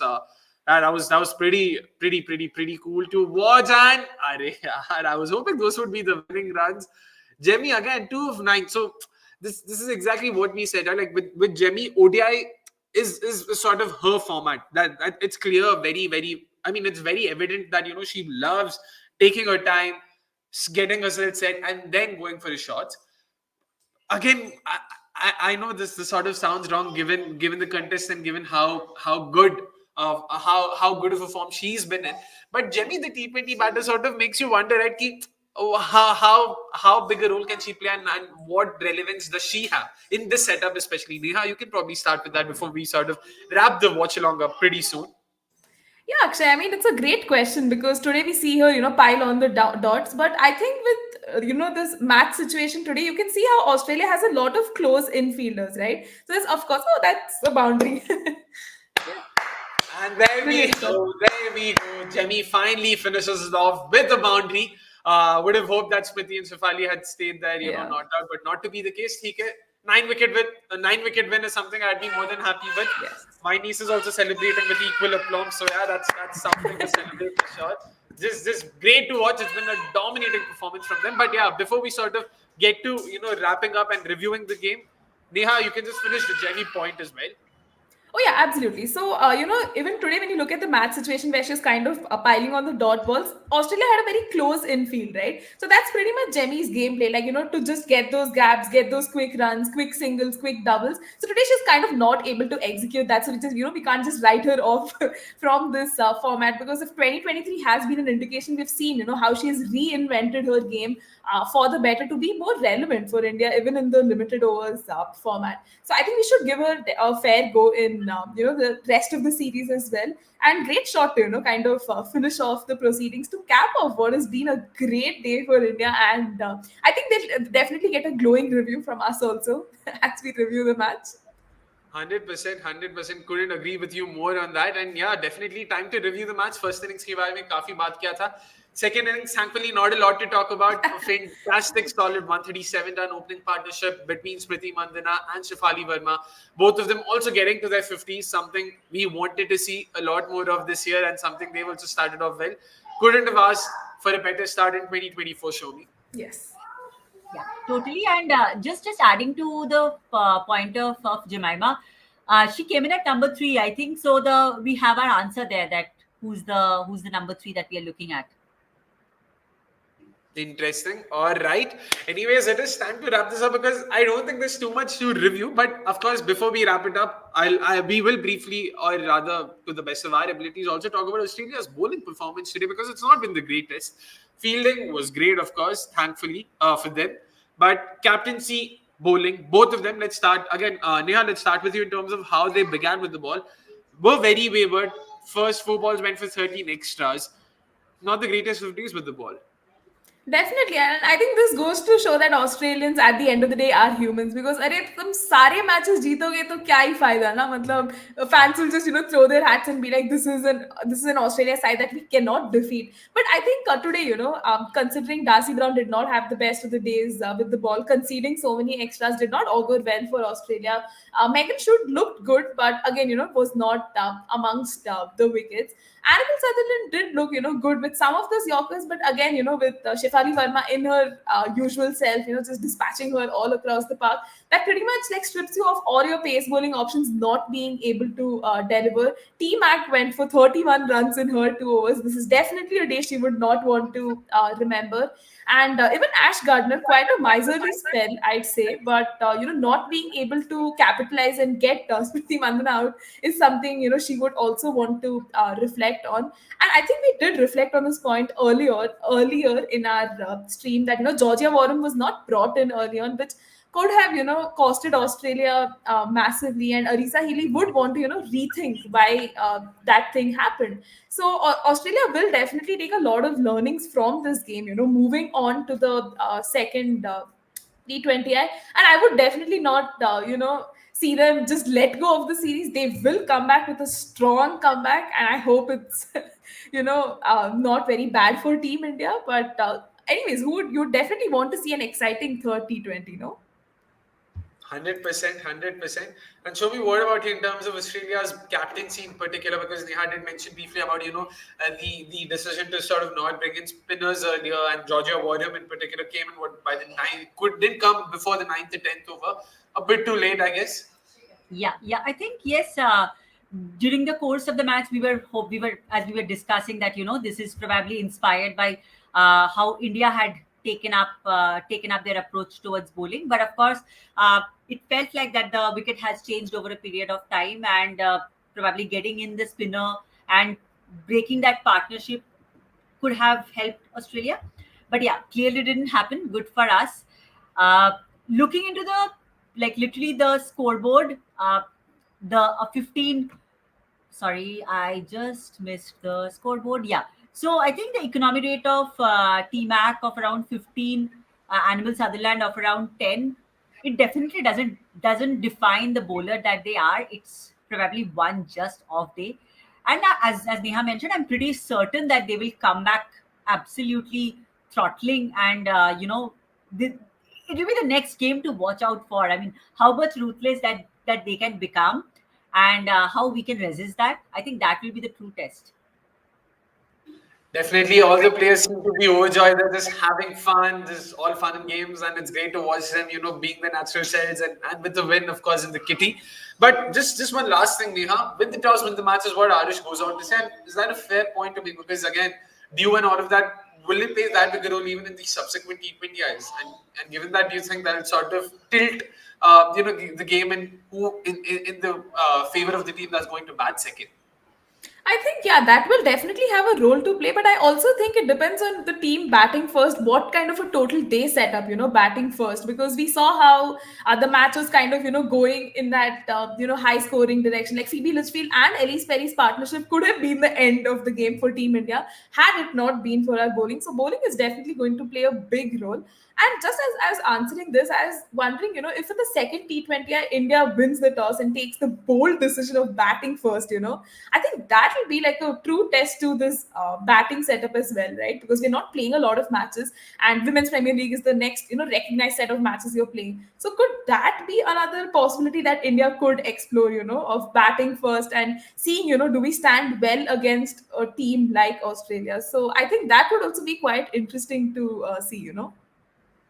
To be honest, it'll be bordering between being bold and being stupid, and Yeah. I'm not sure which way of the line that is. And it'll be very, very, very, especially given how I've seen Indian teams of your sort of perform and think. For them, every series win matters. They couldn't care lesser bilateral ho and all of that. So yeah, I'll be very, very, very surprised. And to be honest, not even surprised. I'll be shocked, to say the least, if India opts to bat first after winning the toss in the second T20I.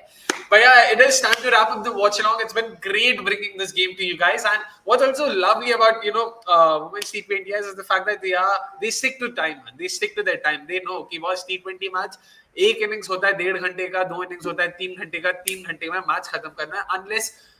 Unlike bloody men's T20I that goes on for hours and hours and hours, and भूल भी जाते कि भाई आज ही शुरू किया था, कल शुरू किया था, पता भी नहीं चलता. Thank God for that, Elise. It sort of helps us also keep our sanity.